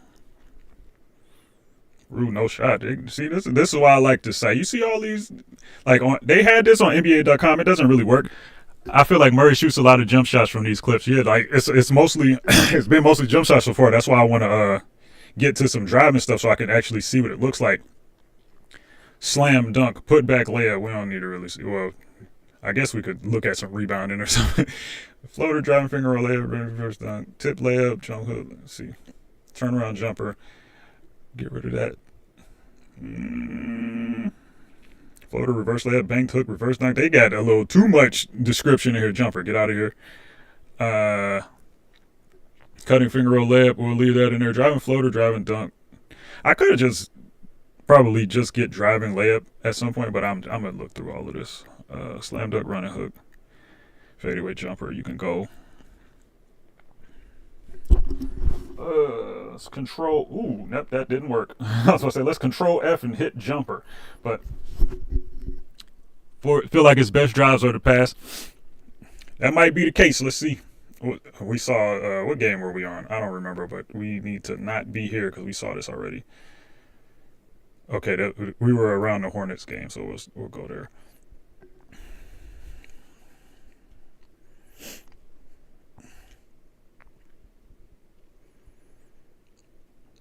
Wait, I've got to make sure the misses are in here still, right?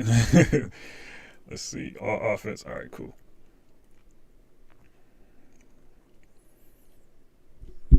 That was a nice little drive, nice left-handed layup action, but it was more so. It wasn't really. It was more of a semi-transition situation than a half-court situation. So, like he was able to get the necessary runway to finish in the way he did. But nice finish. The good Hornets big is in there instead of what's his face. Shout out to my dog Chris, the biggest Nick Richards non-appreciator in the history of basketball. Nice little layup through Brunson. Let's see. Screen rejection. Was that a screen rejection? Yeah, little screen rejection. Caught him lacking a little bit. Finished through contact, even though it's Jalen Brunson in his short arms, but it's cool.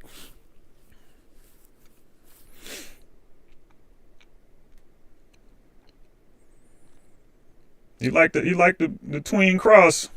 It's like the third time I've seen somebody hit him with it. See him hit somebody with that on this side of the floor. Former Nick Emmanuel Quickley. Hartenstein, man, I really was a big Hartenstein proponent. I don't think I was on Twitter or on YouTube saying that, but like in the group chats, I'm like, yeah, man, Hartenstein be hooping a little bit. But I don't think he was ever an option. I think this was back when the Wolves were looking for a big man. I was like, they should take a look at Hartenstein, and I don't know if they did or not, but they got him now. Roses, I don't know if he was involved in that signing. I can't remember when he got there, but a little start and stop. Ooh, nasty business off the glass. Did that get blocked? It did not.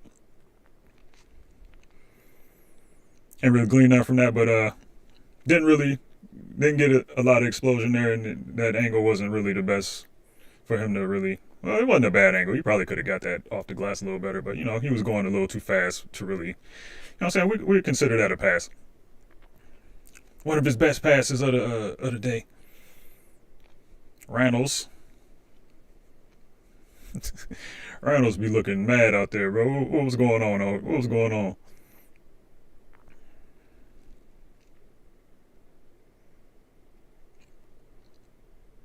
Nothing.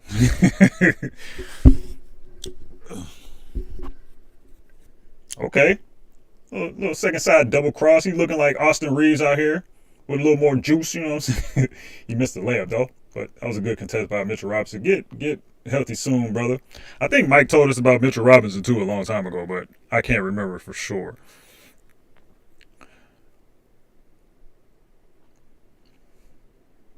There's probably not going to be a lot of him as the primary handler and stuff outside of transition because Trey is also out there. So like it would stand to reason that Trey would have more of those possessions. But he getting his second side semi transition attack on, which is something that the Lakers could use more of. Attack that closeout. Nice layup. But I want to see the primary ball handling position. These are all possession. Like I guess we could. These are not really half court, but like you need early offense like this too. So like if he's doing that, he's faking some little situation and getting to his early offense. I was about to say pistol. Let's see. I need to stop leaning like that. That's extremely bad for my neck. This was more of a half court. 15 seconds on the clock. Guard screen. Get the switch. You got the step, but rotation was there, and they know that he's not making this pass right here. So, like Dante, he bailing out all the way, even though he had that responsibility. But like, this is part and parcel with both the passing decisions and his scoring situations in the half court. So that was a possession that could give us a little bit of insight at actually where he like would handle a half court possession, but you can't see the whole possession, so we don't know how this materialized in the 4 seconds before the clip started.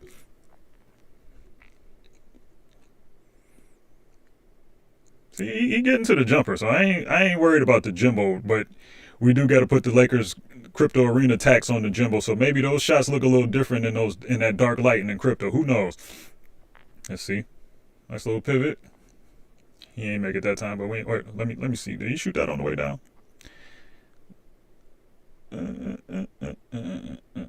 Which is not gonna be like anything crazy, but like, yeah, nothing too crazy.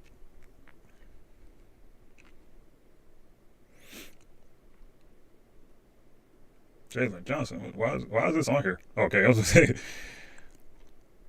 All right.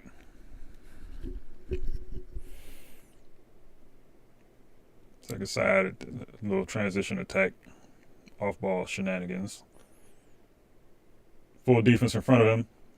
He got fouled.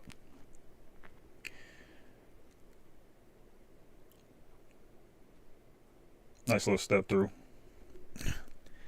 LA can use his rim pressure. I'm just concerned can't make an improv pass out of side of 15, especially when the dump off passes are questionable. Yeah, and that's the sacrifice. That's why like we got to see how much of this penetration is with a set defense. Okay, you shed that man a little bit. I ain't mad at it, but how much of that is against a set defense, because our pass ahead game has been terrible this year, and our rebounding hasn't been the greatest either. So like, how much is he realistically going to get out in transition? Maybe if he's forcing turnovers on the defensive end, he can get out and pressure the rim in early offense, like we saw with the little rejection on the handoff that looked like it was about to happen. Nice little off ball cut there, what overcut, back cut and overplay. You know what I'm saying? At least he did that.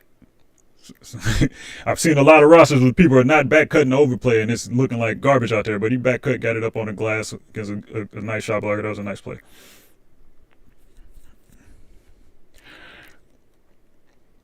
Ooh, ooh, ooh. Not mad at it. He didn't make it, but I'm not mad at it. Nice little side step. You know, there are only certain shots. There's 4 seconds left on the clock. Nothing you can really, It didn't look like he was uncomfortable when he shot that shot. That was a pretty decent defender on him. So, not mad at it. Okay. Big meow, what you doing, brother? Let me see what's let's let me see. Ooh, we just not facing action at all, brother. I don't know. Maybe he thought another screen was coming. Let's see what the Congo was doing. Oh, nah. Once that happened, maybe he thought another screen was coming. But Nas is not even close. It's cool. I'd rather not see him make a pass once his feet in the paint area to dump offs aren't precise. Yeah. We just saw a whole bunch of them that weren't precise and they weren't the best decisions. They didn't have they weren't. We didn't like the arm angles on them. We didn't like too much of anything that was going on with those passing decisions after he left his feet. And it wasn't a lot of clean dump offs based off of his penetration where people were actually committing to him either. Like it was more so they were still laying back and he was still deciding to like jump when he would get in trouble, as opposed to like even a Westbrook where like he's coming at the rim, he's jumping in the air, he's wrapping that thing around more so than like he's just jumping just to pass. Like he doesn't have that level of juice off the dribble from what I'm seeing, and he doesn't have that level of touch on the passes or anything like that either. But he's getting these buckets up for sure. So like it's not all bad if he is to be the choice. As it currently stands, he wouldn't be my choice, but I've always thought he was I think he's more usage dependent on his success than anything, and I'm not sure how that would look as the third guy on the Lakers team with LeBron, who still doesn't want to really give up the ball as much as you probably would like him to in a half court. Maybe he would trust Murray a little more, even though I don't see the level of playmaking to like see how that would be necessarily warranted as the season goes along. If some of those jump passes start looking crazy like they've been looking on this footage, like what does LeBron do in that situation? But you know what I'm saying? The clutch connection might help mend some of those fences. But like as a ball handler right now, Uh, I would use him more as a Reeves kind of guy. Like if I had my druthers, you know what I'm saying, as far as like him generating offense, because he's not necessarily going to make with the top at the top of the key with the defense keying in on him. It looks like he can get to the rim somewhat.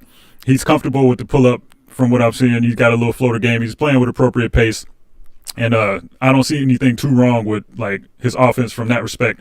But like him being a reliable decision maker is something that I haven't seen. And we need more of those instead of less of those, because like I said, a lot of playmaking is gonna walk out that door if D'Lo's in that trade. If Austin is in that trade, which I know a lot of people don't want like to happen, it might be like a more seamless like fit, because they kind of provide some of the same things as far as the way that they operate off the dribble and stuff like that. Austin is a world's better decision maker from what I'm seeing, but he's not as good of a off the dribble executor, because like people love Austin because he plays hard and stuff like that. But there's a difference between like ratcheting up your ability when you need to, out of like just you gonna turn the switch on a little bit, and doing it out of necessity.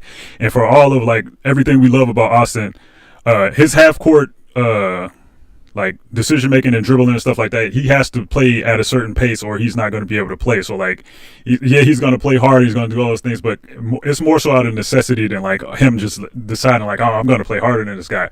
His handle isn't the best, and he kind of has to like ratchet up his speed in certain situations, and his dribble, he needs more dribbles to do certain things and stuff like that. So if there are analogs on the Lakers roster for like what Murray would actually provide, he would probably provide more of like the Austin ball handling type of thing than the D'Lo offense that he provides, as far as reactionary passing that makes the defense reactionary, and just general decision making and ball handling. I don't think he's quite at the level to where they wouldn't miss it if he got traded. I don't think we need to watch too much more. I think he fit better next to D'Lo than Reeves. I also think that, but you know, it's a question of asset investment at that point.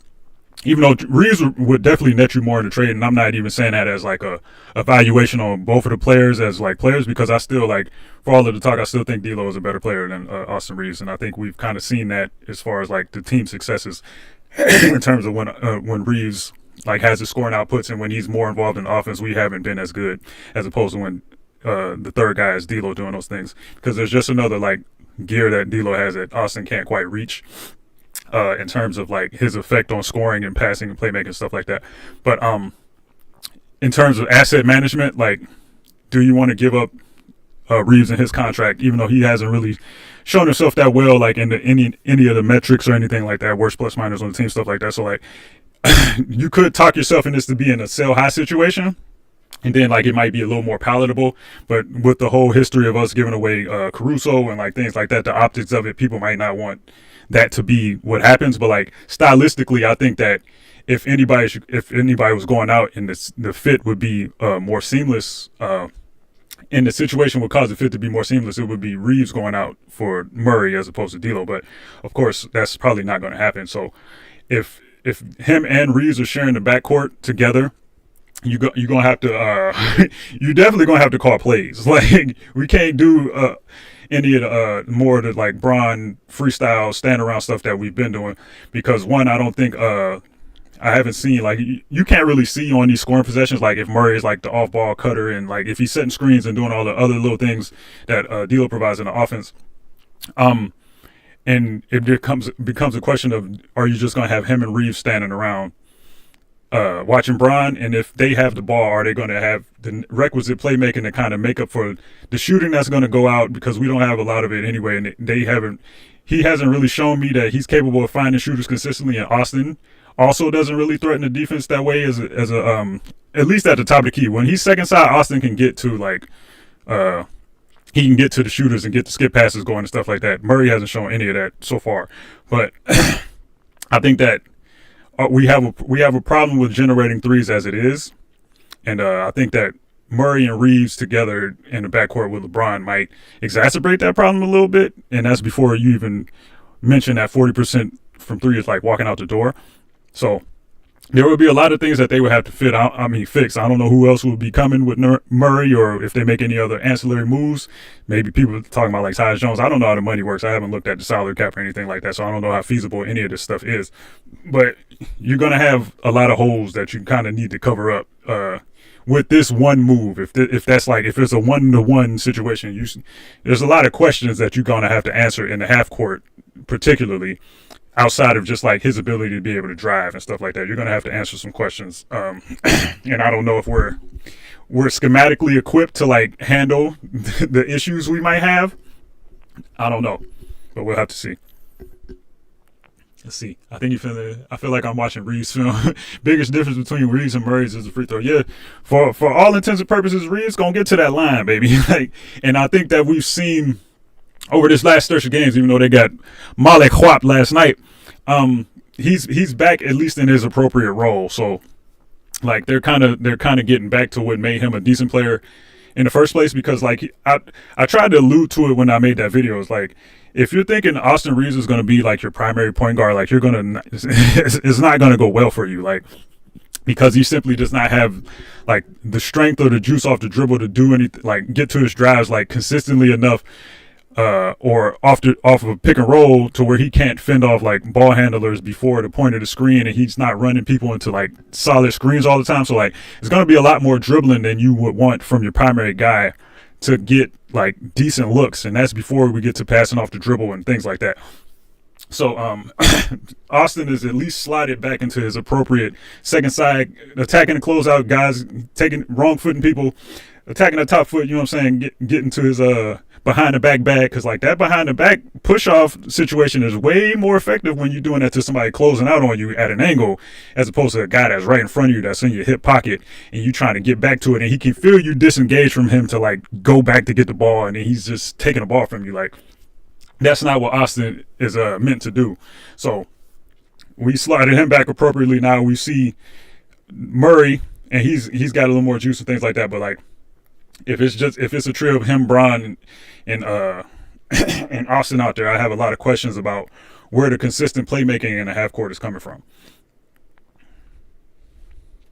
But it's enough buckets.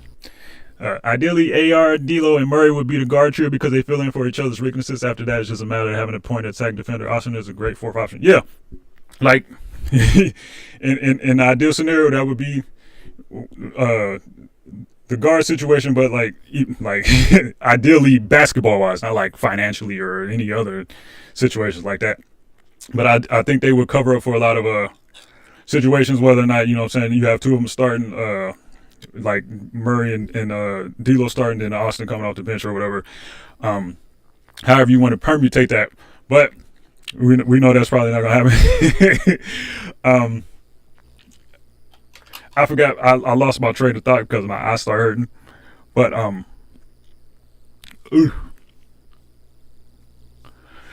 no matter what happens, the biggest the elephant in many of the rooms is going to be, what does LeBron James do? Because like, even with that guard rotation, does he allow them to actually be the guards on the team, as opposed to wanting to step in and kind of take over certain halves or whatever the case may be? Particularly on nights when he didn't have it. He did not have it last night. We saw the result of what happened. The defense was what it was. We don't need to relitigate whether or not they was playing zone on certain possessions, and whether or not, you know what I'm saying, why the closeouts looked a certain way, whether or not the personnel they were playing against caused them to make some of the decisions they made. But like on nights like that, when he doesn't have it, and he's still trying to force the issue, then you have three guys that are there that can do something about it. Like, what do you do in those situations? Like, I think that would be an ideal rotation on a non-LeBron team, if or a LeBron that is actually like giving up the ball and like letting them work. But you know, ideally we would have both of those things, but it don't look like we might have either of them. Yes, Murray's like getting a lot of second side and semi-transition buckets. Yeah, like I think that's where you best utilize him, and perhaps he can survive enough as an off the dribble guy in like pick and roll situations when LeBron's not on the court, where he just runs a unit and you just tell him to go out there and get buckets. Maybe that is how they approach this, but like, if you're bringing him in to be your point guard, like LeBron's probably a better option as a point guard than Murray at this point. So like, I don't know, but we'll see. What time is it? We've been there for almost 2 hours. Ooh. See, three. I'm getting. I'm gonna have to get busy prepping for the football pretty soon. Let's see. Oh, there's just a lot of Twitter and Amazon stuff. My bad. Oh, shout out to Alex, my dog. Alex, if you watching, brother, you know what I'm saying? If you got a YouTube, you can hit the YouTube chat. I ain't got my functionalities. I don't have enough monitors to be like multi-platform, cross-platform and stuff. You might not be watching right now, but if you watch later, you know what I'm saying? Next time you tap in, you know what I'm saying? Hit the YouTube chat so we can really chop it up. Follow my dog Alex Regler on Twitter, another hoop knower. Writes for Lakers SB Nation. Let me get his ad. I think it's Alex M Regler, but let me make sure. Let me make sure I'm saying your name right. Got to get ready for work. Appreciate the stream. All right, brother, go fix a carburetor. You know what I'm saying? Like I said, Mike is your guy for the passing. Let's see. Yeah, let me put my dog in here real quick.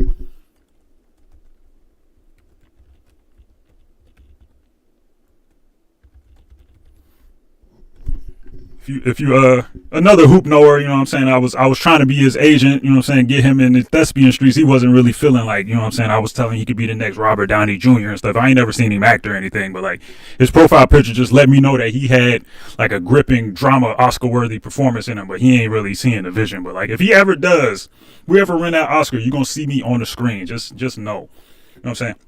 But I think we've seen enough of Murray. I want to get into a little Zach LaVine real quick, even though I don't think he's coming. All intents and purposes, his trade market looks cooked, and probably for good reason. But let's see, Zach LaVine. I'm gonna refresh this page entirely so we can actually get a good situation. Let's see.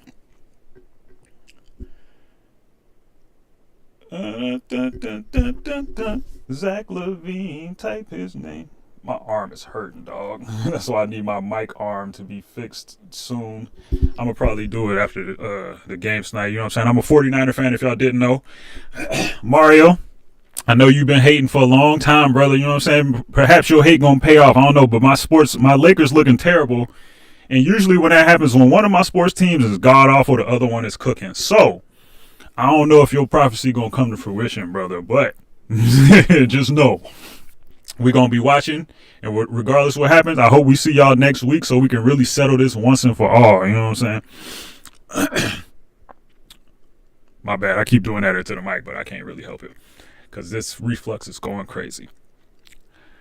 I'm gonna just look at Zach holistically for a second, because I just want to see if he still looks like the guy off the dribble that I saw when I made that video. Because this boy was a special off the dribbles man.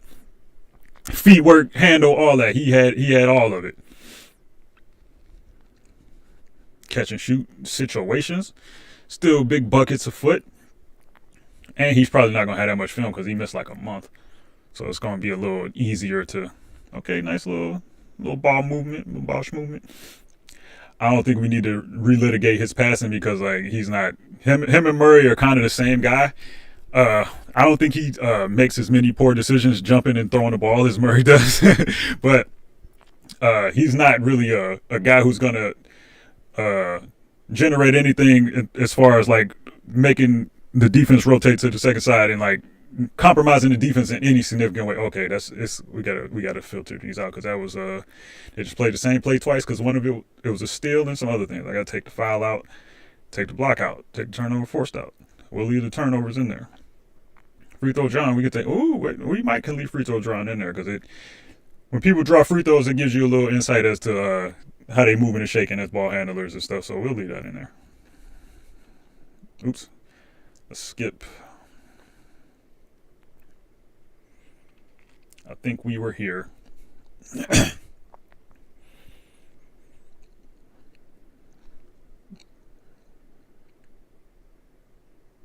Oh, Oh, wait a minute, Zach. Hold on, brother. When you get that in your bag, hold on a little bit. Okay, see now, when we watch this, this is why you gotta rewatch and don't get into your opinions. 2 years ago, the only pass he was making was this pass right here. This was the only pass he was making. But off the dribble, he took an extra dribble. Well, I'm saying something you could throw right there, but one more dribble, get it situated, get that man to commit a little bit more, and you swing that thing out there. Okay. See, that's why that's why you go back and look. Because he didn't have this consistent out. This might have been a one-off. He did it a couple times, but like the thing that was different, like this is off the dribble, on time, on target situation, where that would be like a jump pass earlier, two hand. Like he would try to like do he would penetrate a little further and he would kick this out like baseline and he would throw it that way as opposed to doing it like that and having the defense react like this. So like if he coming like this, we might have a little discussion here. I doubt it though, because his assist numbers still aren't that great. So like, we'll see.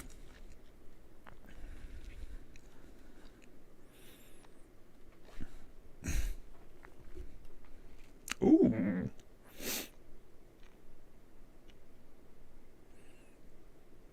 It worked out, but that brother still a glidey ball handler. Look at the ease with which that brother moves. Look at that. Look at that. He kind of he almost went outside at the end there, but I ain't know Ben Simmons played an in-tournament game, in-season tournament.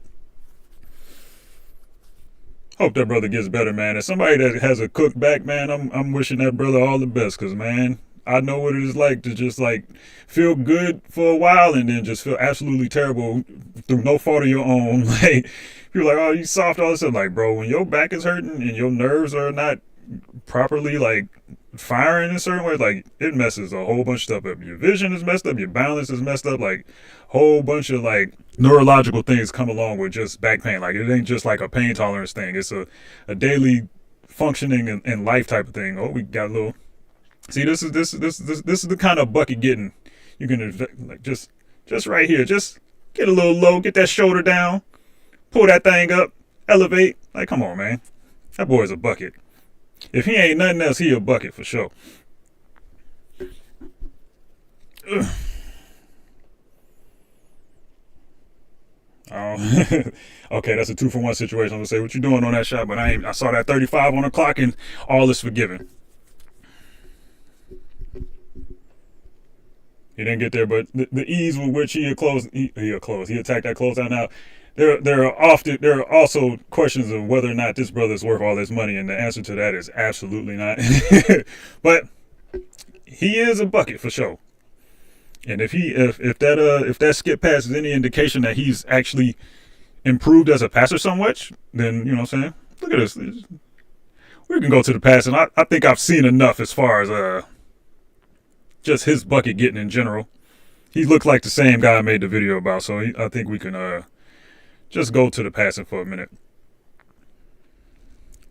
He doesn't look like he's lost too much of anything, but that knee and that foot and those ankles might be barbacoa because he's already hurt again. So like the price of all of this fluid movement might be a little too much to pay for, but it looks like it's still there at least.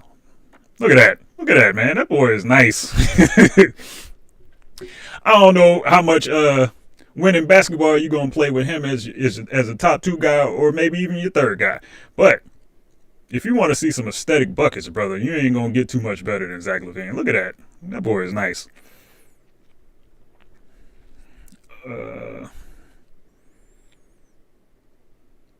Okay, Zach, hold on, brother. See, now this is better decision making than DeJounte Murray was showing us already. Like, DeJounte didn't have a pass like the first pass we saw this brother throw. And then this was just a better interior decision than probably all of the ones we've seen DeJounte make so far. No, I'm not trying to make this it is kind of a comparison because it's what do you prefer? What do you want to see on your team? But if the goal is to generate offense in general, this is the guy. The only question with him is injury history and like he makes entirely too much money. So, but like from a pure on court perspective, if you want somebody to get them buckets for you, okay, hold on. It didn't get there, but who was he making that pass to? Was he making it? It looked like he was trying to skip that thing. I don't know if that's the right decision, but I don't know. Maybe he thought Kobe was going to drop down here. I don't know what happened. We can't really, you know what I'm saying? I'm not a decision maker litigator, but at least the willingness to make this pass, if that was the pass he just tried to make. But I think he was dumping this to him. So if that was the case, then you probably want that to be a bounce. But, you know, his decision making looks a little snappier than it did before. Because I went through, when I make videos, I watch everything you did that year. That's why they usually take 2 weeks to come out, because it's like 3 of the days is just me watching all of the plays. Because I don't want to watch one thing and see something in the first half of the season that you might have stopped doing, or you added something to your bag in the second season, and I miss out on that. Like, I don't want that to be a thing. So I overwatch film, I over catalog it, which is kind of why it's so taxing on me in the first place. But I want to make sure I know what I'm talking about.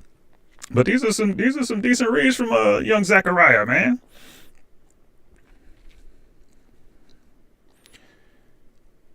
Let's get to the passing though, because I'm intrigued now, because he's made some reads that he didn't have in his bag 2 years ago. Now, whether or not that was that was because he was running the White Byron offense, I don't know. I can't remember I don't remember if Hoiberg was the coach yet. Maybe he was. But this read right here, we ain't seeing this from DeJounte all day, brother. But that right there, that's giving me hope right there. This is probably gonna be a fruitless exercise. But did I get rid of everything? What is that? I did not get rid of everything. The misses were still on there. I knew I saw something else on there. All right. Now I think we are appropriately ready to see. All right, we saw this pass too. So we don't need to see that again. Wait, I gotta keep the turnovers on here too, just to see if he's actually actively trying certain passes as well that might have not been completed. They got full games on here too. If y'all ever go on to highlow.com, it's probably going, not highlow. The highlow.io, if you go on here, like they filter getting crazy. They got games, they got like miscellaneous, they got like all the jump balls, they got half court heaves, they got all kind of stuff that you can kind of like filter out. Ooh, no, don't automatically do anything. But it's a good little resource. Unfortunately, it came out like right after I got hurt, so I was grinding in the NBA.com streets with the terrible functionality that it has. I don't know if they're doing that on purpose so people don't steal footage, because they about to scoop up all the rights to everything, and we're not gonna be able to do what we're doing right now. I don't know. But this is a good resource if you want to just have available clips, you know what I'm saying? If you want to be able to catalog things and find specific plays, every play has a description, and it's a description of exactly what happened for the most part, who assisted it, everything like that. So like, it's a good resource to have. What is that, a turnover? Okay, it's a charge. I should probably have this volume on, and I wouldn't have to keep pausing this, but let's see if I can zoom through this. I can't. See, we saw that. We also saw that.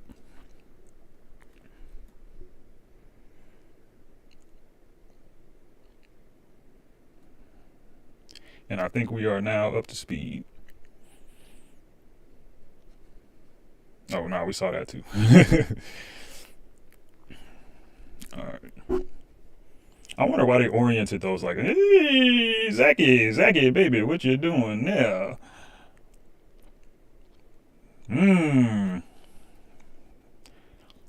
Let's see what other available options there were. Probably want to let this clear out and throw this to him if you're throwing it to anybody. Or if you want to throw that, you probably throw that over his head. But, you know, it is what it is.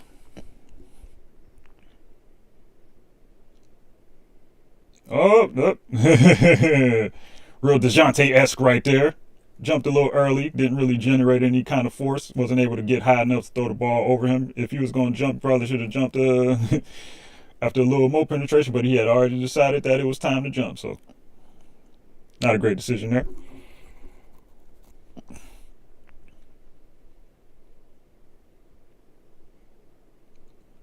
Big Booster might be, you know what I'm saying? If y'all looking for actually something, you know what I'm saying? If we need some help on the paint, Big Booster could be the supercharged Christian Wood that the streets need. You know what I'm saying? If you think them lineups with Wood is percolating, if we get Big Booster in there, hold on now. but I don't know if they selling. I don't remember how much money he's making either. Like these are all considerations, but let's see. Okay, he had that in his bag. I told you he did jump a lot to pass like Murray did, but sometimes it's appropriate. I ain't mad at this one, but a lot of his assists look like this 2 years ago when I watched a lot of that film. I hope that Skippity Doo wasn't an anomaly, man. But at least it suggests that he could, if you try to coach it into him, right, he might be able to at least execute it. It showed me that he could at least execute it on one side of the floor without having to do it with two hands or pick up his dribble and like do it in a way that would stall out the offense a little bit to where it wouldn't get there on time, where it would just be a pass for pass's sake as opposed to ooh. Let's see.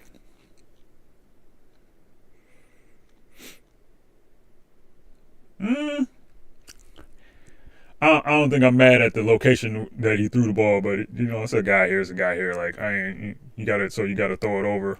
But maybe Caruso, but we're not expecting him to do nothing. And Caruso wasn't there initially, so yeah, I'm not too mad about that. Just the execution of the pass was nasty. Young Zachariah. Threw that at his feet. We don't really like that now. Of course, I prefer this to the passes that Murray was throwing as far as like the decision and like he at least tried to wrap it around the initial defender and like you can understand why a bounce pass is probably the pass you want to throw here. But even though there's a guy lurking and the pass wasn't that great, but like it's more of a process than a results thing. I'm not super mad at the process. I'm not like I don't like it either, but you can at least understand what he was going for. Okay, that's nothing to write home about.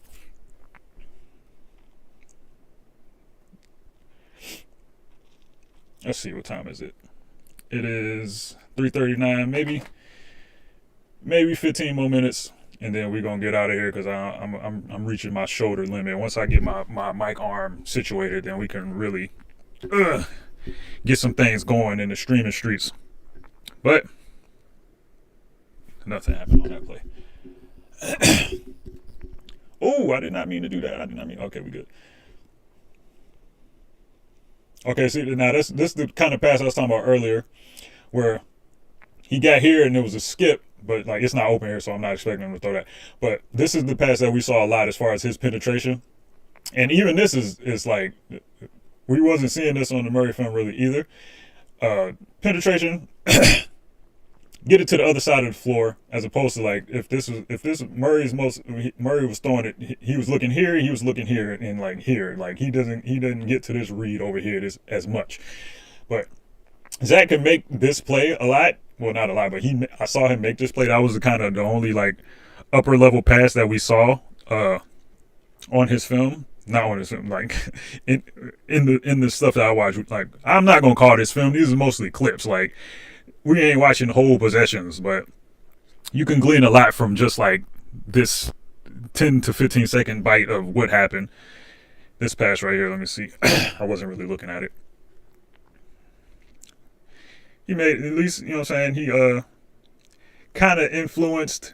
Drew had to open his hips, so like the pass was a little more available as opposed to the other passes we saw earlier. So pretty decent look. It was a late shot clock situation.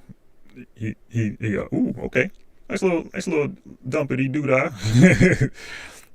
But again, we don't see what happened before this. It looked like it was a screen.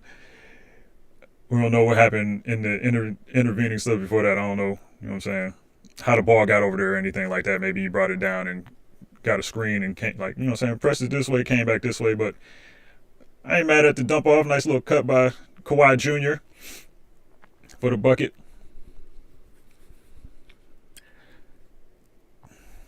Driving kick to a man in front of his face. That's fine. That's also fine. Wait, let me go back, because sometimes I'll exit out of a play early and that it turns out that the pass wasn't that pass, but it was another pass after he got the ball back. So let me make sure that didn't happen. Okay, just making sure. Oh man.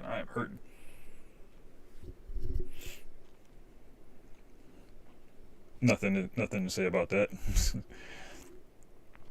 or that apparently. Ooh, they got tweets. Oh, they got tweets within the tweets. That's a wild. That tweet was too big. It should have been up here. You covering up the action, man. Okay, he didn't get a charge for that at least. I like the idea though. At least looked for the seal. He saw the man sealed. He tried to entry pass it. I can't see. Let me see if Drummond kind of moved out the way where he threw it, or yeah, he kind of backed up. So maybe he threw it to where he saw him before he threw the pass, but he backed up a little bit. But you still would like a more centered pass there, probably.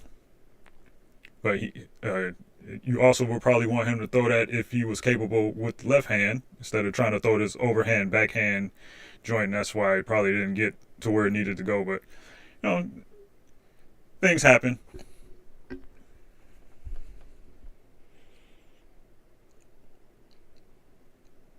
Big Boosa did something, but we don't need to find out what that was. Okay, we like it. But he showed that he was able to throw pocket passes before, so you know that's what you want. Get a little show, get a little pocket pass. Big Boosa with the finish. Uh, yeah, this looking more like the film I saw before. We might have had a one-off situation there with that pass, but you know we're seeing at least I prefer these reads to the reads we saw earlier.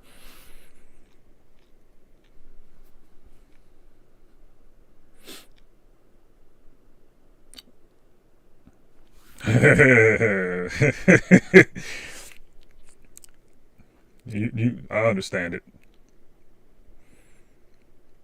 He was kind of drifting into the man's space that he was passing to. So maybe he thought maybe a floater could have happened. I mean, a little hook shot could have happened after this. And generally, just you don't want to pass to somebody standing right next to you like this, and you definitely don't want to be in the air while you're doing it. So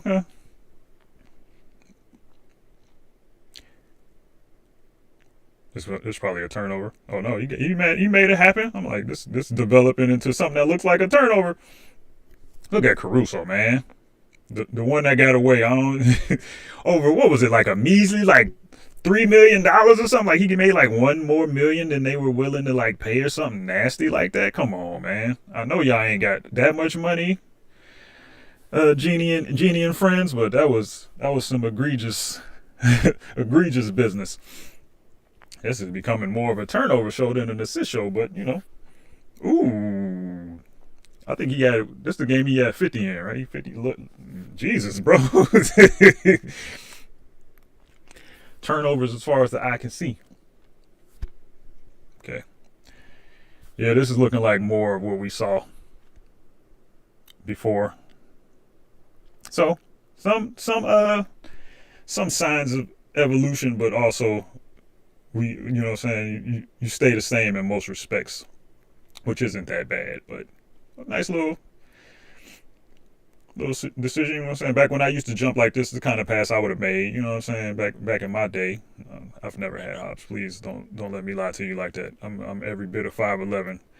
I could dunk for like I couldn't even dunk. I could grab rim real good, like mid like 23. I was at the height of my hops. Like I tried to dunk with an actual basketball. I got one in like a little crazy situation in the gym. And I was getting back to it. I was like, I'm gonna be dunking pretty soon. And then I cooked my ankle one final time, and it's been curtains ever since. His bounce passes, his pocket passes look a little better. Before these were like more upright, like just top to bottom, like he would just throw it down and it bounce up. But like these have a little more zip on him. He's getting a little more bendy, and the delivery is a little quicker.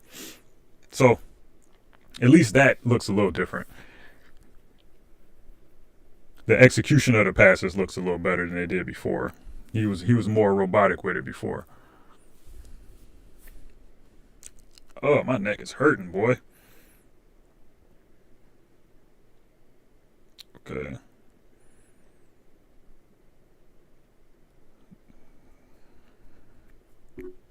Transition. Eee, that was nasty business right there, brother. Just put it up on. Let me see. Let me see how crowded it was. Man, I know you ain't scared of Jokic, man. Jokic, you ain't scared of Jokic. You a bucket, brother. Just put that up on the rim. Put that up on the rim. Do what you do best, brother.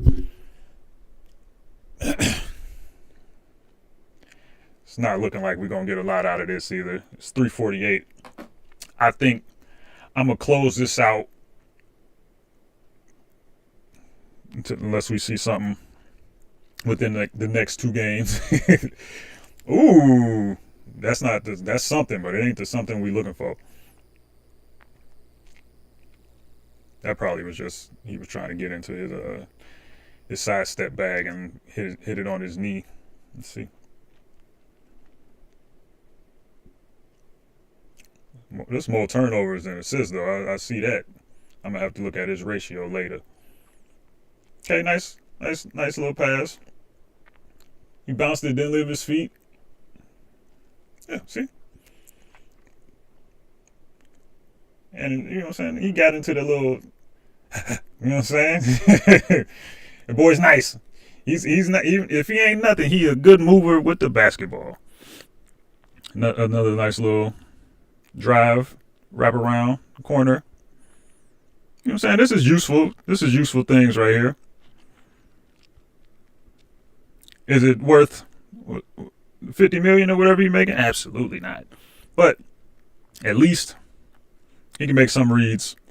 Well, he can penetrate himself into certain reads, and he's gonna get you buckets if nothing else. The passing still isn't where you know what I'm saying it needs to be or anything like that.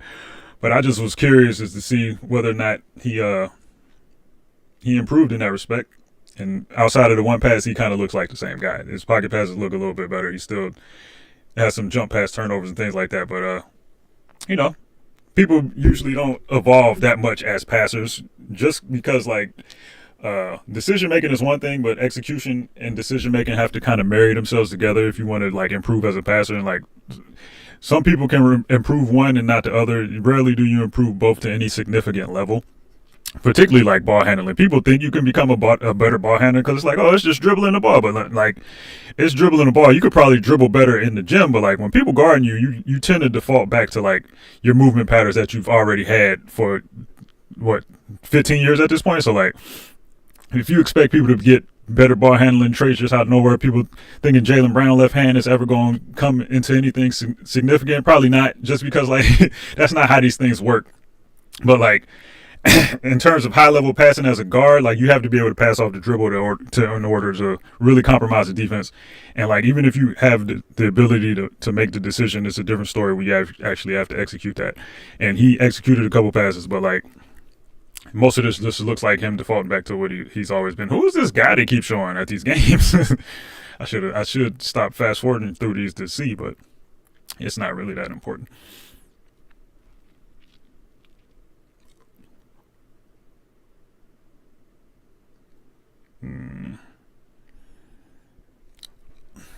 Oh man, I'm hurting, man. Man, Caruso is super ball, bro. Yeah, I think we're gonna wrap it up here. I might okay, hold on. Trying to pull me back in, brother. Okay. Now, you know, this the lower level of the skippery, but you know what I'm saying? We respect it. He made this read too. Not off the dribble as much, but appropriate pace off the dribble. He didn't hit his man in the head like Jalen Hood-Schifino did when he hit when he knocked Jackson Hayes' headband off. This is the pass he was going for. I can't remember exactly what the floor looked like, but he hit that man right in the dome. You know what I'm saying? Right there. But I'm saying we like that. Not every possession is going to play out to where that look is open. So like we can't like rely on it. But I thought he had something cooking there, but he obviously did not.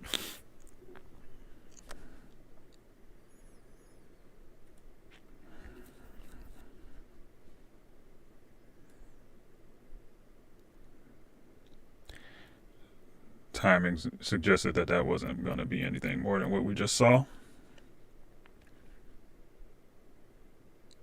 Ooh. initiating an action. They were probably gonna do some shenanigans guard to guard after that, but that was a dangerous pass, brother. Ooh, super travel or double dribble, either way. Either way, pimpin'. Nice little entry to the seal, but it wasn't really that guarded, so let's see. Nah. That's just a scoring turnover more than anything.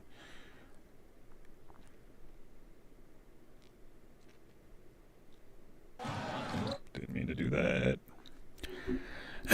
Hopefully this stream stays up. We're just gonna end it there. Hopefully this stream stays up long enough. I don't think they're gonna demonetize. Well, I didn't monetize it. I don't think they're gonna DMCA take this down, particularly since I didn't have the sound on. But I'm gonna leave this up. It's probably gonna be in the live tab on the channel. But if you're seeing this as a recording, then I don't know why this would be like this. Explanation does nothing. But usually, if you're looking for streams, just go to the homepage, and then there's a live tab on the channel. Let me see if I can show it to y'all. I don't think so. Let me see. Let me get a new window in here real quick.